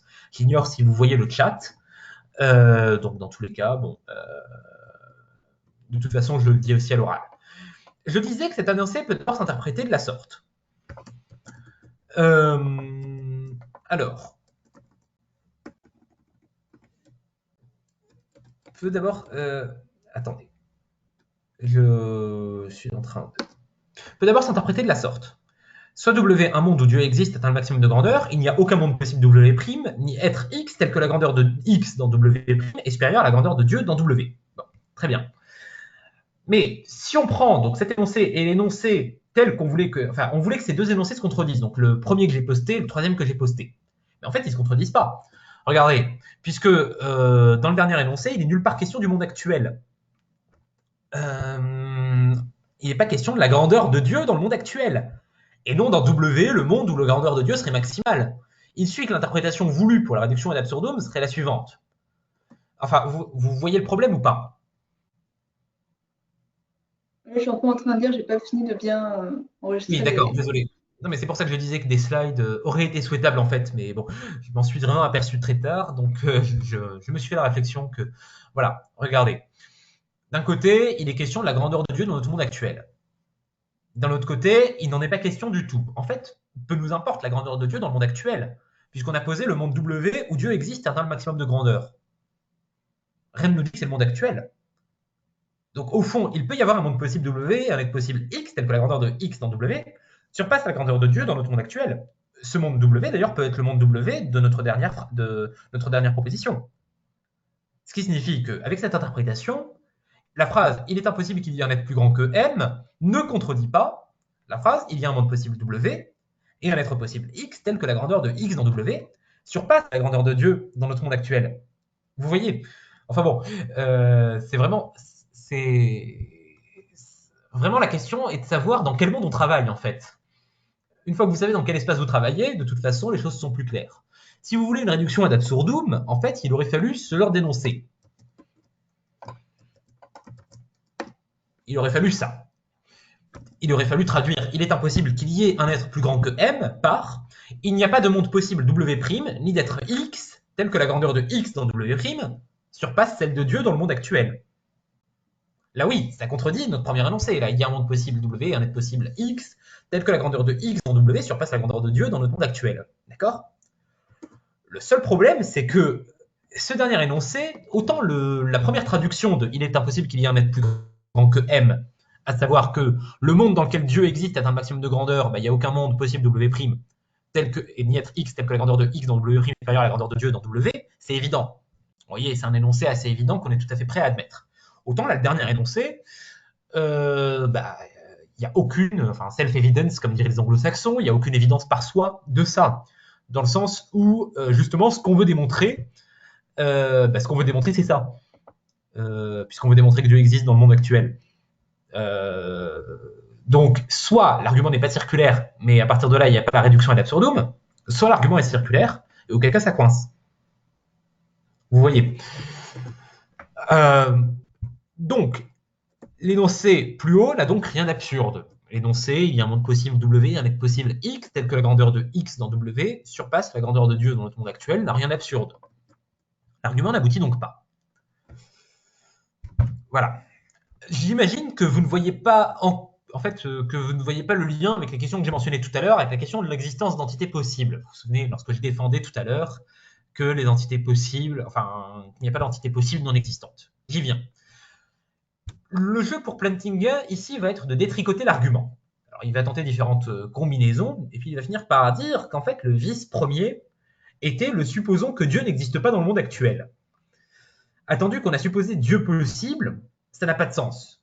On ne peut pas supposer Dieu possible et dire supposons que Dieu n'existe pas dans le monde actuel, sinon ça nous conduit finalement à mener ce genre de raisonnement et donc à aboutir à ce genre de conclusion assez problématique. Comme on refuse l'idée qu'il y ait des êtres possibles mais n'existant pas, comment dire, lorsqu'on dit Dieu n'existe pas dans le monde actuel, comment faut-il le comprendre? Il ne faut pas le comprendre comme Dieu, enfin, il ne faut pas le comprendre au sens le plus évident du terme, mais il faut le comprendre dans le sens où aucun être n'a la grandeur maximale dans le monde actuel. Vous voyez, là aussi, on retrouve notre question de la vache rose tout à l'heure, qui était en fait une vache existante ici, que je trouve prenant le RERC, et qui en fait est simplement rose dans un autre monde, c'est la même vache. Bon, donc, si on veut détricoter l'argument, on va refuser la prémisse Dieu n'existe pas dans le monde actuel, ou plutôt on va l'admettre, mais en l'interprétant de la manière suivante, aucun être n'a la grandeur maximale dans le monde actuel. Rien dans cette proposition ne peut contredire la supposition que Dieu est possible. D'accord? Puisqu'il n'y a pas de question ici qui se pose de possibilité d'entité non existante. Cette question n'existe pas si on interprète de la sorte. Bon. Il faut maintenant donner à partir de là une autre formulation de l'argument. Et c'est ce que je vous disais lorsque je vous disais que Plantinga en venait à privilégier la formulation de Proslogion 3. D'accord? Pourquoi? Le chapitre 3 du Proslogion, que disait-il? Alors, je vais peut-être vous relire ça très rapidement, sans trop m'y étendre, parce que, encore une fois, on est plutôt sur les débats contemporains que sur ceux du XIe siècle et suivant. Saint-Anselme nous disait, regardez, c'est intéressant, parce qu'en fait, personne n'a retenu jusqu'au XXe siècle comme preuve de l'existence de Dieu. C'est seulement au XXe siècle qu'on s'est avisé qu'en fait, ça fournissait une preuve de l'existence de Dieu plus élégante que toutes celles qu'on avait adoptées jusqu'à présent. Vous allez voir ça par la suite. Saint-Anselme affirmait « Cet être suprême existe si bien qu'il est impossible de concevoir sa non-existence. » En effet, je cite ici Saint-Anselme, et donc j'ai quitté Plantinga pour l'instant, j'y reviens ensuite. On peut avoir l'idée de quelque chose qui existe nécessairement et d'une manière absolue. Or, ce mode d'existence est supérieur à celui qui caractérise les êtres contingents. Si donc on pouvait concevoir la non-existence de l'être suprême et faire de lui un être contingent, la pensée serait libre de concevoir au-dessus de lui quelque chose dont l'existence serait nécessaire. Stop. Regardez. Ici, on compare bien deux êtres, mais on ne compare pas Dieu n'existant pas à Dieu existant, on compare Dieu être contingent à Dieu être nécessaire. Donc on compare deux êtres qui existent. Et donc, on se débarrasse de la prémisse meinongienne, on se débarrasse de tout le problème consistant à dire est-ce que les entités n'existant pas sont possibles, et j'en passe. Enfin bon, toutes les questions byzantines qui nous menaient aux questions, des questions du type Socrate et alligator, et j'en passe, on s'en débarrasse. Fini les questions compliquées, c'est très simple. Donc, on pose d'un côté Dieu comme être contingent, d'un autre côté Dieu comme être nécessaire. C'est ça l'intuition. Comment va-t-on la formaliser? Comment veut-on finalement la mettre en œuvre? L'idée est la suivante. On va partir non pas de l'existence comme d'une perfection, à savoir x est plus grand que y si x égale y plus l'attribut existence, mais de l'existence nécessaire comme d'un mode d'être supérieur. Et donc la hiérarchie existe entre les êtres contingents et les êtres nécessaires. En d'autres termes, exister dans tous les mondes accessibles depuis A, où A est le monde actuel, j'appelle toujours A le monde actuel, serait plus grand qu'exister en A. Alors, ça soulève une difficulté, qui est une difficulté qu'en fait Plantinga levait beaucoup plus tôt, mais moi, dans le fil du présent cours, je vais la lever maintenant, à savoir la question de savoir si on peut parler de l'existence nécessaire. Pour ça, l'existence nécessaire a-t-elle un sens, tout simplement? En d'autres termes, est-il pertinent d'avoir une nécessité d'errer? Vous vous souvenez de la question tout à l'heure de la différence entre d'errer et d'édicto. Nécessité, donc d'édicto, ça porte sur l'énoncé, d'errer, ça porte sur l'entité. Quand je dis il est nécessaire que Dieu existe, je dis l'énoncé Dieu existe est vrai dans tous les mondes possibles accessibles depuis W. D'accord? Ou W est un monde quelconque. Quand je dis Dieu existe nécessairement, je dis autre chose, justement. Qu'est-ce que je dis? Ce que je dis, finalement, c'est pas que cet énoncé est vrai. c'est que je dis, je dis quelque chose de Dieu même. Alors, juste pour, je vais je vais partir d'un exemple trivial. Très honnêtement, c'est un immense champ que j'ai pas l'ambition de parcourir, que la question de la nécessité d'errer ou des dictos, surtout que c'est très débattu. En fait, pour moi, le but ici, c'est simplement que vous sachiez que le débat existe. Honnêtement, ça va pas plus loin. Y a-t-il nécessité, et je vais admettre dans le présent exposé qu'il y a des nécessités d'errer, mais le débat sur l'existence des nécessités d'errer existe. Pour comprendre, donc, et des dictos, disais-je, une nécessité qui porte sur une proposition, et d'errer, une nécessité qui porte sur l'entité dont on parle. Jusqu'alors, on maniait toujours une nécessité des dictos. Il est nécessaire que Dieu existe. Mais ce n'est pas la même chose que Dieu à l'existence nécessaire. Pour le dire trivialement, je vais vous donner un autre exemple. Toute personne assise est nécessairement assise. D'accord? Prenez cet énoncé. C'est un énoncé plus simple que l'énoncé Dieu existe. Enfin, a priori, c'est un énoncé moins contestable, et j'en passe. Cette nécessité est-elle des dictos ou des ré? Il est trivial que l'énoncé est vrai des dictos. Dans tous les mondes possibles, accessibles depuis le monde actuel par exemple, toute personne assise est assise par définition de la personne assise. Et on va dire dans tous les mondes possibles tout court. Bon. Mais cet énoncé est faux des ré. Regardez. Une personne assise peut se trouver debout dans certains mondes. Toute personne assise est nécessairement assise signifierait que chacune des personnes qui sont assises aurait comme propriété le fait d'être assis dans les différents mondes possibles. D'accord? Vous voyez la différence. C'est pas la même chose et en fait c'est bien plus fort. C'est bien plus fort dans cet exemple. On peut trouver des cas où. Donc, c'est faux d'errer. Une personne assise peut se trouver être debout dans certains mondes. Il n'y a rien d'essentiel à ce qu'elle soit assise. Et quand je dis il n'y a rien d'essentiel à ce qu'elle soit assise, c'est voulu parce qu'en fait, on retrouve les débats sur l'essence des individus sur lesquels nous sommes passés très vite tout à l'heure. Donc, dans notre cas, nous admettrons qu'il y a des nécessités d'errer. Et donc, il y a un sens à parler d'existence nécessaire, étant donc une propriété d'errer de Dieu. Et c'est non pas que Dieu existe nécessairement parce que, dans tous les mondes possibles et accessibles depuis ici, Dieu existe, mais comment dire, vous voyez, c'est dire alors, en fait, pour l'existence, c'est compliqué, parce que l'existence, si on veut leur formuler en termes de monde possible, on va se retrouver confronté à des traductions qui semblent sensiblement équivalentes. Elles ne le sont pas exactement, mais enfin, c'est une longue histoire. Passons, en tous les cas. Admettons qu'il y a des nécessités d'errer, admettons qu'il y a une existence nécessaire. Reprenons le fil de l'argumentation. On va beaucoup, en fait, s'éloigner ici de Saint-Anselme, tout en s'étant inspiré de lui pour la première intuition. On va définir l'excellence dans W comme la possession de qualité dans un monde W. Donc l'excellence maximale, l'omnipotence, l'omnipotence, la perfection morale, tout ce que vous voulez. Bon. Et la grandeur comme dépendant de l'existence dans les différents mondes possibles. Un être à la grandeur maximale si et seulement si il a l'excellence maximale dans tous les mondes possibles. D'accord? Supposons qu'il existe un monde où la grandeur maximale est exemplifiée. Il suit alors qu'on a l'existence de Dieu dans notre monde, puisque si la grandeur maximale est exemplifiée dans un monde, accessible évidemment depuis notre monde, depuis lequel notre monde est accessible, dans tous les mondes possibles, on l'avait dit, oui, avec les définitions qu'on avait données, c'est vrai dans tous les mondes possibles. Donc, si la grandeur maximale est exemplifiée dans au moins un monde, dans tous les mondes, il y a l'existence de Dieu. Et donc, il y a l'existence de Dieu dans notre monde. L'astuce étant de prendre la grandeur comme une propriété universelle, c'est-à-dire une propriété qui est soit instanciée dans tous les mondes possibles, et oui, c'est en ça d'ailleurs que, vous voyez, la différence entre la nécessité des dictos et des ré se fait, c'est-à-dire qu'on n'est pas simplement dans un énoncé qui serait nécessaire, donc nécessité des dictos, auquel cas on aurait simplement les mondes accessibles avec la relation d'accessibilité, mais ici, on a une existence nécessaire des ré, et donc c'est censé être valable dans tous les mondes possibles, puisque ça relève de l'essence de Dieu. Bon, passons. En tout cas, où est-ce que j'en étais? Oui, soit la grandeur maximale est instanciée dans tous les mondes, soit elle est instanciée nulle part. Alors vous voyez, cet argument est un argument intéressant, reste à savoir quelle portée lui accorder. Plantinga est assez modeste en fait là-dessus, puisqu'il y voit une simple preuve de la rationalité de la croyance en l'existence de Dieu. Tout ce qu'on a démontré est que si un être est possible, et on retrouve la question tout à l'heure de l'être nécessaire, pourquoi faut-il qu'il soit possible? Précisément parce que y a cette question de la grandeur comme une propriété soit instanciée dans tous les mondes, soit nulle part. Si cet être parfait, c'est-à-dire possédant la grandeur maximale, est possible, c'est-à-dire pouvant être dans tous les mondes possibles, nécessité d'errer, alors cet être existe. Reste à démontrer qu'un être parfait est possible. Il est que la grandeur maximale est possible.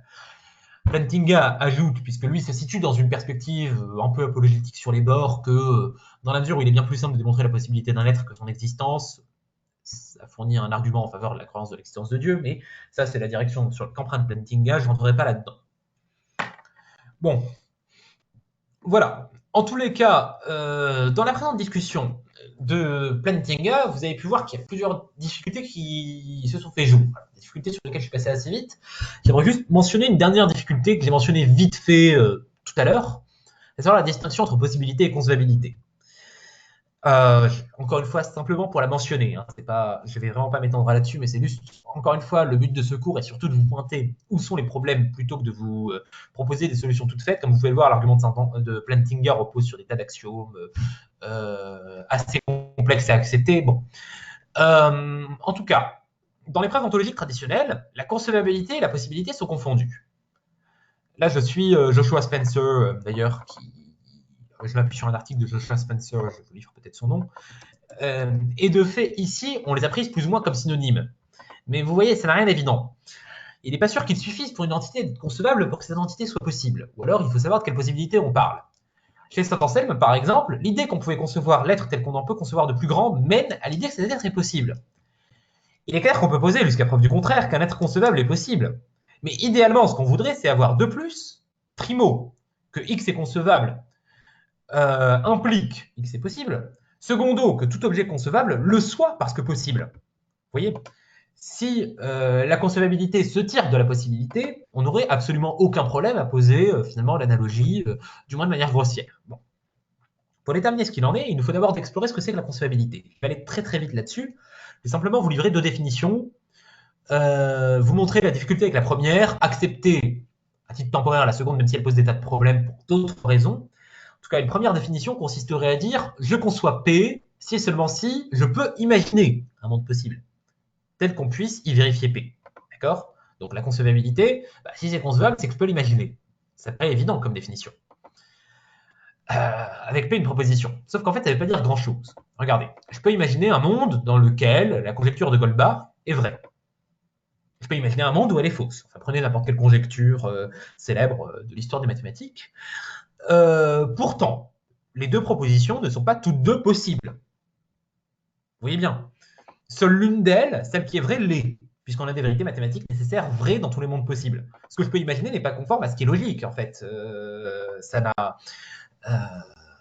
pas forcément de rapport. Donc je peux imaginer un monde où telle ou telle conjecture est vraie ou fausse. Pour autant, soit elle est vraie, soit elle est fausse.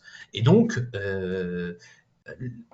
elle est vraie dans tous les mondes possibles, ce qui signifie quoi? Ce qui signifie qu'il n'y a aucun sens à dire que le monde où elle est vraie et le monde où elle est fausse sont deux mondes possibles. Vous voyez bien, puisqu'il s'agit de vérité nécessaire ici. Dès lors, de la concevabilité, on ne pourrait tirer la possibilité, donc une définition qui ne tient pas la route. On peut essayer une autre définition. Je conçois P si et seulement si je sais que P est consistant avec toutes les vérités a priori. Donc compatible avec toutes les vérités a priori. Donc toutes les vérités nécessaires du type vérité logique, mathématique, je ne sais pas, principe du tiers exclu, principe de non-contradiction, ce que vous voulez. Alors, c'est préférable. Encore que, bon, vous me direz, rien n'empêche de faire sauter ces principes et de ne leur reconnaître qu'une valeur heuristique. D'ailleurs, rien n'empêche de dire qu'il faut que ça conforme aussi aux vérités nécessaires a posteriori. Et il y en a, par exemple. Enfin, bon. Mais je passe sur ces questions. Je passe sur ces questions-là. Vraiment, je ne vais pas m'étendre là-dessus. Je veux juste vous souligner que la difficulté existe. C'est tout. J'aimerais, pour conclure ce cours, peut-être en 10 minutes, ce qui ne sera plus qu'une minute pour les questions, en 5 minutes, m'étendre sur deux autres points. C'est-à-dire que, d'abord, sur d'autres reprises de l'argument du chapitre 3 du Saint-Anselme. Pourquoi j'aimerais revenir là-dessus, d'autres reprises que celle de Plantinga, pour vous montrer qu'en fait, les textes, ici, sont moins à voir comme intéressants en eux-mêmes que pour les nouveaux arguments issus d'intuitions nouvelles, issus de leurs intuitions, auxquelles ils donneront naissance. Et pour prouver qu'un même texte, en fait, peut donner naissance au XXIe siècle, au XXe et XXIe siècle, à quantité de nouveaux arguments. Attendu que partant du même texte de Saint-Anselme que Plantinga, je vais vous présenter une preuve qui n'a pas grand-chose à voir, enfin, qui ressemble évidemment, qui a un air de famille, mais pas plus qu'un air de famille. J'aurais pu prendre des preuves un peu plus connues, par exemple, j'aurais pu développer sur la reprise par Lewis l'argument ontologique de Saint-Anselme, mais c'est des preuves très ressemblantes à celles de Plantinga et pour cause, Plantinga s'inspire de celle de Lewis, à part que Lewis refuse l'identité transmondaine. Lewis, c'est un métaphysicien important contemporain, donc enfin, je passe là-dessus. Il a repris l'argument, ce que lui refuse l'identité transmondaine, donc l'idée que ce soit le même être à travers les différents mondes possibles, et concrétiste vis-à-vis des mondes possibles, c'est-à-dire qu'il admet une réelle existence des mondes possibles, ce qui signifie qu'il admet une thèse maïnongienne affaiblie. Enfin bon, passons. Mais donc ça change pas mal de choses, mais sa thèse ressemble malgré tout à celle de Plantinga. Bon. Et à ceci près que quand je dis ça change pas mal de choses, c'est qu'en dernière instance, il rejette l'argument ontologique. Voilà. En tout cas, ici, je vais suivre quelqu'un de tout autre, enfin vraiment, c'est de la littérature qui n'a pas grand-chose à voir avec celle de Plantinga par exemple, à savoir Pavel Tichy, un logicien tchèque du XXe siècle, qui estime que l'argument du proslogan 3 est enfin robuste face à la critique kantienne, de même que Plantinga, mais comment le formule-t-il? En fait, il repart d'une intuition intéressante, à savoir que je vous ai menti, pour tout vous dire, la semaine dernière, à savoir que je vous avais dit que la critique kantienne conduisait à affirmer que l'existence n'était pas un prédicat. En fait, c'est faux. Alors vous allez me dire, mais c'est quoi? Qu'est-ce que vous nous avez raconté depuis le début? Non, c'est pas exactement faux. Ce que dit Kant, c'est que l'existence n'est pas un prédicat du premier ordre. Qu'est-ce à dire? C'est-à-dire que l'existence, lorsqu'elle s'applique aux individus, n'est pas un prédicat, pour toutes les raisons que nous avons vues. Pégase n'existe pas, bah, voilà, c'est pas un prédicat. Mais lorsqu'elle s'applique au concept, on peut parler d'un prédicat. Lorsque je dis que les Pégases, l'espèce Pégase n'existe pas, j'ajoute quelque chose au concept de Pégase. La propriété n'avoir aucune instantiation. J'ajoute quelque chose à une propriété. En fait, c'est ce que je vous dis depuis tout à l'heure lorsque je vous dis qu'on peut parler de l'existence et de la non-existence à condition de les traduire en termes de propriété. Ça se traduit comment formellement? Ça se traduit en disant que l'existence est une propriété de second ordre, portant sur des propriétés. D'accord? C'est la propriété n'avoir aucune instantiation. Ça ne fait guère de doute. L'enjeu pour Tichy sera de montrer qu'on peut traiter les énoncés de la forme Dieu existe ou Dieu n'existe pas comme finalement s'appliquant, enfin, comme du second ordre. Donc on a en effet l'existence comme prédicat du second ordre qu'on manie à partir de Dieu. Pour reprendre ce que peut nous dire le logicien tchèque Tichy, il faut en revenir pour ça à la distinction entre individu et fonction. Fonction, encore une fois, vous allez voir, la preuve n'a rien à voir avec celle de Plantinga, pourtant elle s'inspire du même chapitre du Prosloger. Donc fonction, ici, c'est un terme à entendre au sens le plus technocratique du terme. Être président de la République française est une fonction. C'est un concept plus problématique qu'il en a l'air. Quand je dis le président de la République est marié, par exemple, j'exprime une propriété qui est celle de Macron, mais qui pourrait changer. Intuitivement, on dira qu'il y a deux individus là. Macron est le président de la République, et qu'on emploie l'un pour l'autre par commodité. Si je me sentais l'âme d'un théologien, je parlerais même de communicatio idiomatum. Mais en fait, c'est plus fort que ça. C'est deux types d'entités. D'un côté, une fonction, d'un autre côté, un individu. Être Dieu est à interpréter non comme être un certain individu, mais comme occuper une certaine fonction. De même qu'être président de la République, c'est pas être un certain individu, mais c'est occuper une certaine fonction. Quelle fonction est-ce que la fonction de Dieu? Pour le savoir, constatons qu'on peut définir des relations d'ordre au moins partielles entre fonctions. Être président des États-Unis est plus grand qu'être président de Nauru, non pas parce que M. Biden aurait plus de grandeur que Lionel Ingimea, je suis désolé si quelqu'un vient de Nauru et écoute cet enregistrement, je ne sais pas comment son nom se prononce, président de Nauru, mais simplement selon différents critères qui nous permettent de poser ces relations d'ordre partielles. Bon. On peut ensuite définir des fonctions de second ordre portant sur les fonctions. La fonction occupée par un individu telle qu'aucune autre fonction occupée par un individu est plus grande est ainsi une fonction.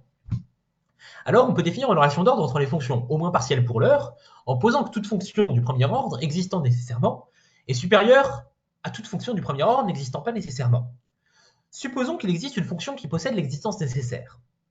En fait, il suit le résultat voulu. Parce que, on peut traiter cette existence nécessaire comme un prédicat.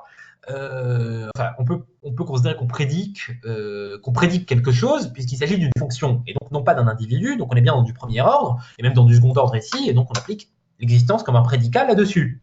Bon, voilà. Donc ça, c'est l'argument de Tichy, mais vraiment in a nutshell, enfin in nuce, pour employer une expression latine plutôt que l'expression anglaise. In a nutshell, pardonnez-moi pour l'anglicisme. Mieux vaut un latinisme qu'un anglicisme. En tous les cas, je suis vraiment très bref là-dessus. En fait, ce qui m'importe ici, c'est simplement de vous montrer qu'on part de types d'entités très différents de ce qu'introduisait Plantinga tout à l'heure, puisqu'on introduit dans notre ontologie de nouveaux types d'êtres, à savoir les fonctions. Donc on construit ça de manière assez radicalement différente. Bon. Voilà. La dernière chose que j'aimerais faire peut-être, est-ce que je le fais? Bon, il me reste 10 minutes, donc ça dépend. Bon, est-ce que vous voulez que je vous amuse, que j'essaie de vous démontrer l'existence de Dieu en 3 lignes, maintenant? À nouveau, à partir un peu de logique modale, Ah simplement oui. pour le jeu, même si ça... D'accord, bon. Donc, on repart du formalisme de Kripke qu'on a introduit tout à l'heure, d'accord? Donc là, cette fois-ci, je sors complètement de Plantinga-Tichy, toutes ces questions-là, je vous pose simplement deux démonstrations assez jolies, mais sujettes aux critiques qu'on a vues tout à l'heure, c'est juste amusant. D'abord, une preuve assez efficace, c'est, posons la relation, vous vous rappelez la relation d'accessibilité, donc on avait posé dans notre cadre, notre sémantique de Kripke, c'est un triplet WRF, d'accord? On pose maintenant R, on pose que R est une relation d'équivalence, d'accord? R est une relation réflexive, symétrique, transitive. Très bien. Donc elle est forcément réflexive de toute façon, puisqu'on est dans les mondes possibles, mais si on veut affirmer qu'il est possible que P implique P, il faut qu'elle soit réflexive. On la pose en plus comme symétrique et transitive. D'accord? Ça a quoi comme conséquence? Ça a comme conséquence que R ne peut pas représenter de relation d'équivalence, de relation temporelle, par exemple. Parce que sinon, avec la symétrie, ça ne colle pas. D'accord? Admettons qu'il soit possible qu'il existe un X tel que X existe nécessairement. On veut démontrer que cet être existe. Comme il est possible qu'il existe, il y a un monde W accessible depuis A tel qu'il existe. Donc, monde possible où il y a X existant nécessairement et où il y a X existant nécessairement. Comme R est symétrique, A est accessible depuis W. Il existe donc dans A des objets qui existent nécessairement dans W. Chacun de ces objets est soit nécessaire, soit contingent. Supposons qu'il y en ait un qui soit contingent. Il existe un monde possible W2 accessible depuis A, tel que X n'existe pas en W2. Mais R étant transitive, il suit que W2 est accessible depuis W. Dès lors, X n'existe pas dans un monde accessible dans W, et n'existe partant pas dans W, ce qui est absurde. Donc l'existence de X est nécessaire aussi dans A. Alors, désolé, ici, à l'oral, c'est simplement pour vous laisser porter par le fait que le raisonnement soit joli, c'est pour finir ce cours, voilà. Et plus amusant encore, levons l'hypothèse de symétrie, levons l'hypothèse de transitivité, R est réflexive. R est seulement réflexive. Donc c'est pas lourd du tout en hypothèse. C'est plus simple encore. Il est nécessaire que Dieu existe ou il est nécessaire que non Dieu existe, enfin que Dieu n'existe pas. C'est la définition d'être un être nécessaire, d'accord? Soit il est nécessaire que vous existez, soit il est nécessaire que vous n'existez pas. D'accord? Or, Dieu est possible, donc il est nécessaire que Dieu existe, parce que bon, il est possible que P implique P est nécessaire, enfin ça c'est évident. Donc, comme notre relation est réflexive, on peut tirer de il est nécessaire que G, où G, Dieu existe, G, donc G, Dieu existe. Fin de l'histoire, seulement à partir de la réflexivité. Voilà, donc ça donne des preuves très élégantes. Alors après, c'est à qui formulera la preuve la plus élégante, même si là, évidemment, formuler à l'oral, c'est pas très élégant, mais passons. Donc très bien. Donc nous arrivons au terme de ce cours. Avez-vous des questions? Non, c'est bon. Il y a des petits Très passages qui bien. ne sont pas encore trop clairs, mais j'ai pas vraiment une question précise à poser, donc...